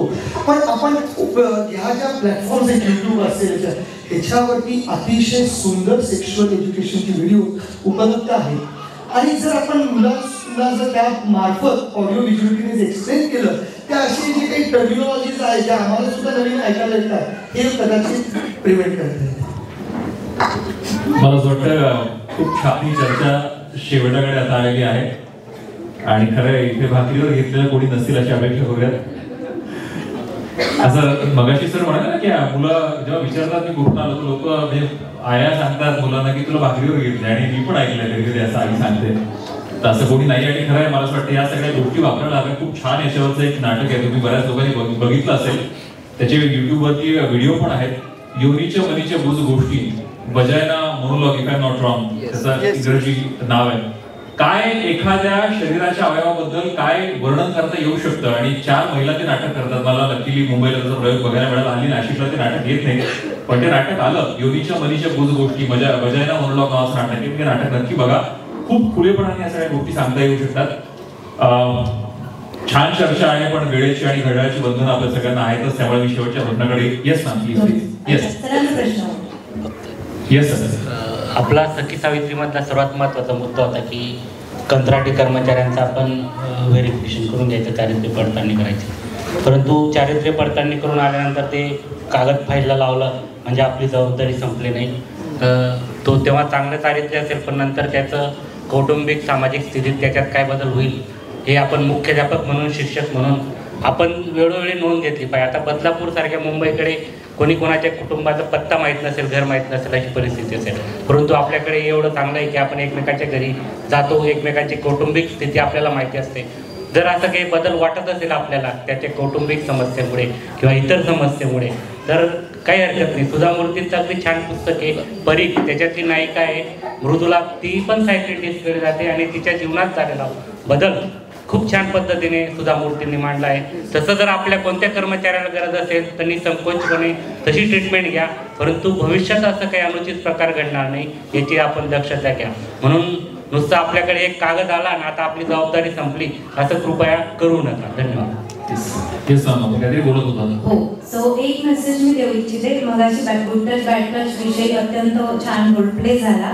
एक निमोनिक आम्ही मुलांना सांगतो, pants, PANTS. So P stands for private. Private parts are private. हे मुलांना सहजगत्या लक्षात राहावं म्हणून. A stands for always remember your body is yours. Okay? N stands for no means no. समोरची व्यक्ती कोणीही असो. T stands for talk about your secret. जसं मगाशी सांगितलं, कोणी चॉकलेट देतंय, मागाचे गिफ्ट देतंय त्याच्याविषयी बोला. आणि S stands for speak out. So तुमच्याविषयी जे काही झाले तुमच्या बरोबर ते बोला, नक्कीच तुम्हाला कोणीतरी मदत करेल. दुसरं handling inappropriate touch. So back touch झाल्यावर काय करायचं. ओके, खूप छान रोलप्ले मध्ये सांगितलं की खूप मोठ्याने ओरडायचं, एवढ्या मोठ्याने ओरडायचं की समोरचा माणूस थांबला पाहिजे, कारण ओरडल्यावर अब्युजरचा आत्मविश्वास खूप ढासळतो. दुसरं यात आहे असॉल्ट. हा ना पॉवर प्ले असतो, यात फक्त वासना नसते. मी तुझ्यापेक्षा जास्त पॉवरफुल आहे. मग ही दुष्ट शक्तीला विरोध कसा करायचा, तर मुलींना सांगायचं राईट नी, उजवा गुडघा आणि नख या 2 अवयवांचा वापर करायचा. राईट नीने 2 पायांच्या मध्ये अब्युजरचा प्रहार करायचा आहे, नखांनी डोळ्यामध्ये, जेणेकरून तुम्हाला सेफ ठिकाणी पळून जायला वाव मिळेल. ठीक आहे, कारण अब्युजर पकडूनही ठेवू शकतो मुलांना जे कोणी असेल. ओके, आता या गोष्टीचं प्रत्येक वडिलांनी घरी जाऊन आपल्या मुलीबरोबर प्रात्यक्षिक करायचं की बघ बाई, माझ्यासारखाच पॉवरफुल माणूस तुझ्या बरोबर हे करू शकतो. आपलं स्टॅटिस्टिक आहे, एव्हरी सेकंड चाइल्ड बरोबर असॉल्ट होतो. तर मग तू काय करशील, मला करून दाखव. हे दर आठवड्याला घ्यायचं. जसं आपण नीटचे पेपर सॉल्व्ह करून घेतो ना 12वीच्या मुलांकडून, तसं 5 मिनिट लागतात. आईने काय करायचं, हातापायातली शक्ती येण्याआधी कुठे शक्ती आवश्यक असते, मनामध्ये. सो ती मनशक्ती आई निर्माण करू शकते. हे अनौपचारिकरित्या सहजगत्या संवादातून वारंवार करायचं आहे. अजून महत्वाची गोष्ट, लक्ष्मण रेषा फक्त सीतेसाठी आहे का, नाही. व्हॅल्यू एज्युकेशन आजच्या काळामध्ये मुलांसाठी खूप गरजेचं आहे. मग मैत्रिणींशी बोलताना त्यांचा रिस्पेक्ट कसा ठेवायचा, सन्मान कसा ठेवायचा, हेही मुलांना शिकवणं गरजेचं आहे. धन्यवाद. खूप छान सगळी चर्चा सुरू आहे आणि आता मी शेवटच्या प्रश्नाकडे येतो. डॉक्टर ऋषिनीत आपल्या बरोबर आहेत. ऋषिनीत, कोळी किरण खूप छान इनिशिएटिव्ह आपण सुरू केलेला आहे. तुम्हाला ते विचारायचं की अशा घटना जेव्हा घडतात आणि आपल्याकडे असं एखाद्या बरोबर वाईट झालं ना तर त्याला सपोर्ट करायचं सोडून समाज त्याला बाजूला टाकतो. हे खूप दुर्दैव आहे. म्हणजे एखाद्या मुलीबरोबर एखादी वाईट घटना घडली तर त्या मुलीला उलट समाजाने घरच्यांनी समजून घ्यायचं, तर तिच्याकडे वाईट नजरेने आपल्याकडे बघण्याची प्रथा आहे आणि मला असं वाटतं फार भयानक प्रथा आहे. परवा मी एक मुलाखत बघत होतो आणि त्यात त्या ज्या लेखिका आहेत त्यांचं नाव मी आता विसरलो, त्यांनी खूप छान मुद्दा मांडला की स्त्रीलाच सुशीलभूत राहणं गरजेचं आहे, पुरुषाला नाही का. म्हणजे एखाद्या स्त्रीचा जर यौन संबंध आला तर ती स्त्री वाटली आणि पुरुषाने किती वेळा यौन संबंध केला तर त्याला काय वाटणं भेटणं नाही. सो अशा प्रकारच्या समाजामधल्या चुकीच्या रूढीमध्ये आपण राहतो. तर डॉक्टर ऋषिनीत, मला तुम्हाला खरं हा प्रश्न विचारायचा आहे. हा शेवटचा प्रश्न घेऊन आपण एक छोटीशी प्रतिज्ञा घेणार आहोत की अशा जेव्हा घटना घडतात तेव्हा सपोर्ट करण्याकरता समाज किती महत्वाचा आहे आणि त्याकरता समाजाने काय केलं पाहिजे. जसं मॅडमनी सांगितलं, सर्व मान्यवरांनी सांगितलं की स्पीक आउट. म्हणजे आता ते मूल ज्याला तो त्रास झालेला आहे तो थेट काय आपल्या आजूबाजूच्या लोकांना जाणार नाही. तो आपल्या टीचरला सांगेल, फार पण सगळ्यात प्रथम समजेल आपल्या आई वडिलांना. तर असं कालच माझं आणि भूषणचं बोलणं झालं एक सरप्राईज. तर सांगायचं का भूषण की मी काय करू शकतो, कारण sir as a one of the responsible sir की आम्ही लोकांनी ठरवलं की कोवळी किरण अशा पालकांना, अशा मुलांना, अशा ज्यांच्यावरती असा काही प्रसंग आला त्यांच्यासाठी मोफत काउन्सिलिंग करेल आणि वेळ लागल्यास तर माझ्याकडनं मी ऍडव्हर्टाइजमेंट करत नाहीये, ट्रीटमेंटही मोफत करेल. हा तर भक्तीने का होईल ना, लोक पुढे येतील. आज आपल्या समाजाकडे इथं सायकेट्रिस्टकडे जायला थोडं संकोच आहे. पहिले तो आता किती गरीब, त्याच्यापेक्षा हक्काने सांगू शकतो बाबांनो, देव न करो तुमच्या घरात असा जर वाईट प्रसंग घडला तर निःसंकोचपणे आम्ही तुमच्या सोबत आहोत. आणि doctor Saudagar, Sachin sir, Bhushan sir, Karnik sir, Patil sir आणि महात्मा मॅडम आम्ही सर्व तुमच्याकडे असू आणि काउन्सिलिंग मुलांना देखील आणि पालकांना देखील right from the sequence till the guidance and till the upliftment of the child 100% मोफत असेल, एवढं मी आभार करतो. थँक्यू. दुसरं म्हणजे सर मी तुम्हाला रिक्वेस्ट करेन की आज या निमित्ताने एका मंचावरती डॉक्टर म्हणजे सायकेट्रिस्ट, डॉक्टर, शिक्षण विभाग, लिगल काय सगळेच उपस्थित असल्यामुळे आम्हाला लोकांचा पुरेपूर तुम्ही लोकांनी फायदा घ्यावा आणि पालकत्वाचे सेशन्स खास करून ज्या दिवशी ओपन हाऊस असतं त्या दिवशी सगळे पालक आवर्जून येतात आणि त्याच्यामध्ये जर असे टॉपिक्स ठेवले तर आय थिंक हा मेसेज अनेक शाळांपर्यंत, अनेक पालकांपर्यंत नक्कीच पोहोचेल. आणि त्याच्या देखील साठी आम्ही कुठलंही शुल्क काही घेणार नाही आणि कायम तुमच्या सोबत असू, कारण की शिक्षण विभागाला सुद्धा मदतीची गरज पडते. अनेकांचे प्रश्न येतात, जसं भूषण विचारलं, हे सगळं तर सांगितलं पण मग सांगायचं कोणाला. तर अशा कंडिशन्स मध्ये पालकांना प्रॉपर मार्गदर्शन करणं की महात्म्यांनी खूप सुंदर मुद्दे सांगितले. सचिन सर आणि भूषण रोज त्यांनी मोहीम तर सुरूच केली आहे, पण इतक्या गोष्टी आहेत ज्या पालकांना गायडन्स स्वरूपात मिळायला पाहिजे. तर अशा मी नक्कीच आपल्या संयुक्त विद्यालय सगळ्यांच्या करू. आणि last but not the least, पालकांनो,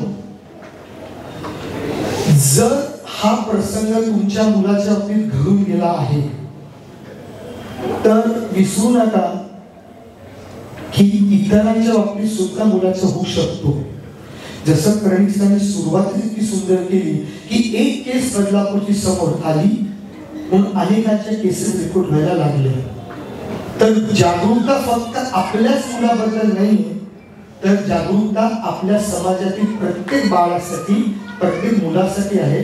अशा काही घटना घडल्या आणि तुम्हाला डाऊट येत असेल, उदाहरणार्थ एखाद्या नेबरला चुनचुन लागते, तर अशा वेळेस त्या पालकांनीच त्या पालकांना मोटिवेट करून त्यांना धीर देण्याचं काम करून त्यांना समाजात उभं राहण्यासाठी सुद्धा मदत करावी, ना की त्यांच्याकडे दृढतेने बघावं.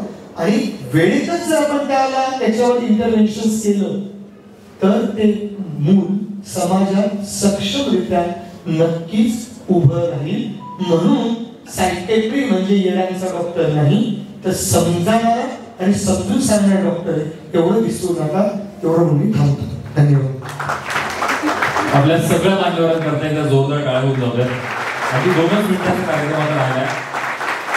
वेळची सेफ अँड साऊंड मला काही अगदी 1 मिनिटात काही महत्वाच्या गोष्टींचा उल्लेख करतो. ही संकल्पना डोक्यात आली. मी पहिला फोन सचिन सरांना केला, ताबडतोब त्यांनी प्रतिसाद दिला. आज सगळ्या तुमच्या किमतीला तुमचं रजिस्ट्रेशन करून घेणं, इथे सगळी धावपळ करणारी सगळी जी लोक दिसतात सकाळपासून सगळे इस्टेलियरची लोक आहेत. आणि हा माणूस कुठल्याही अशा कार्यक्रमासाठी नेहमी तयार असतो. असं आहे, बडबड करणं सोपं असतं, काम करणं अवघड असतं. सो सचिन सरांकरता एकदा जोरदार काळ झाले पाहिजे आणि ते नेहमी नाशिक करता तयार असतात. दुसरं मला असं वाटतं की कर्णिक सरांनाही फोन केला. त्यांचा आजही खूप बिझी शेड्यूल होता. आपल्याला माहिती आहे गणपती आता आलेले आहेत आणि त्याच्या खूप सगळ्या मीटिंग्स आहेत. पण ते म्हणाले की नाही भूषण, हा अतिशय महत्वाचा विषय आहे, यासाठी मी आवर्जून येणार, मार्गदर्शन करणार आणि पोलिसांची भूमिका सांगणार. कर्णिक सरांसाठी एकदा जोरदार शिक्षकाची भूमिका आणि शिक्षण विभागाची भूमिका पाटील सरांनी अतिशय समर्थपणे मांडली. त्यांच्याकरता एकदा जोरदार टाळ्या. विषय कसा मांडायचा, पालकांना काय काय सांगायचं याकरता, आणि हा लहान मुलांशी रिलेटेड विषय आहे, त्यामुळे पेडिट्रिशियन लोकांची जी असोसिएशन आहे त्यांनी पण याच्यामध्ये येणं त्यांचं कर्तव्य आहे असं समजलं आणि तृप्ती मॅम आज त्यांचं प्रतिनिधित्व करतात. माझा खूप जवळचा मित्र डॉक्टर ऋषिनी कालपासून हे सगळ्यांपर्यंत पोहोचावं याकरता त्यांनी खूप मनापासून प्रयत्न केले. आणि तुम्हाला खरंच सांगतो, समाजामध्ये काहीतरी चांगलं व्हावं याकरता नेहमी त्याची तळमळ असते. सो त्यांनी सुद्धा या कामाला खूप सपोर्ट केला. आपण टाळ्या वाजवून त्याचाही मनापासून अभिनंदन करूया. नम्रता ऍडव्हर्टिजमेंटनी याच्याकरता खूप मदत केली. नाशिकमध्ये काही ठिकाणी होर्डिंग लागलेली दिसत आहेत. आता आपल्यामध्ये मच्छिंद्र देशमुख सर आलेले नाहीयेत कारण त्या बिचाराची तब्येत बरी नाहीये. त्यांना दोन्ही मुली आहेत आणि तुम्ही बघा नाशिकमध्ये तुम्हाला अशी होर्डिंग दिसतील, जेव्हा होर्डिंगवरती सर जाहिरात नसते तेव्हा तो त्याच्या 2 मुलींचे फोटो लावतो आणि लहान मुलांसाठी जे मेसेजेस आहेत किंवा मुली वाचवायसाठी जे मेसेजेस त्या होर्डिंगवरती लावलेले असतात, त्याचा माध्यम तो काय करता वापरतोय. शंकराचार्य न्यास आणि संकुलाची खूप मोठी मदत या निमित्ताने आपल्याला झाली. मी त्यांचेही आभार मानतो. आपल्या सगळ्यांचे आभार. मी एक 4 ओळीची प्रतिज्ञा लिहिली आहे. ती प्रतिज्ञा आज आपण इथे सगळे बसल्या बसल्या म्हटली तरी चालेल, उभं राहण्याची मुळी सुद्धा गरज नाही. ती प्रतिज्ञा घेऊयात आणि मग आजचा कार्यक्रम संपला असं मी जाहीर करणार आहे. माझ्या मागे सगळ्यांनी प्रतिज्ञा म्हणा.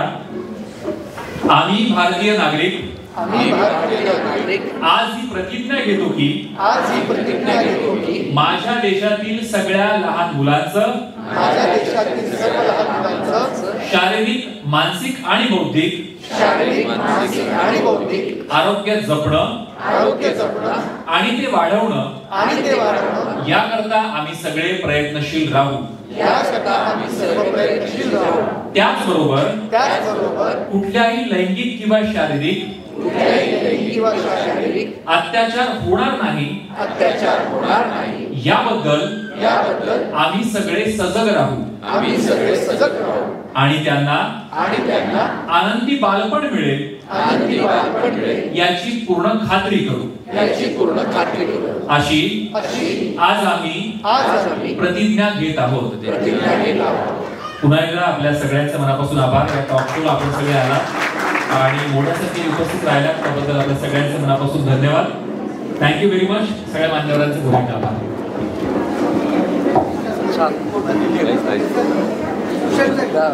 Yes.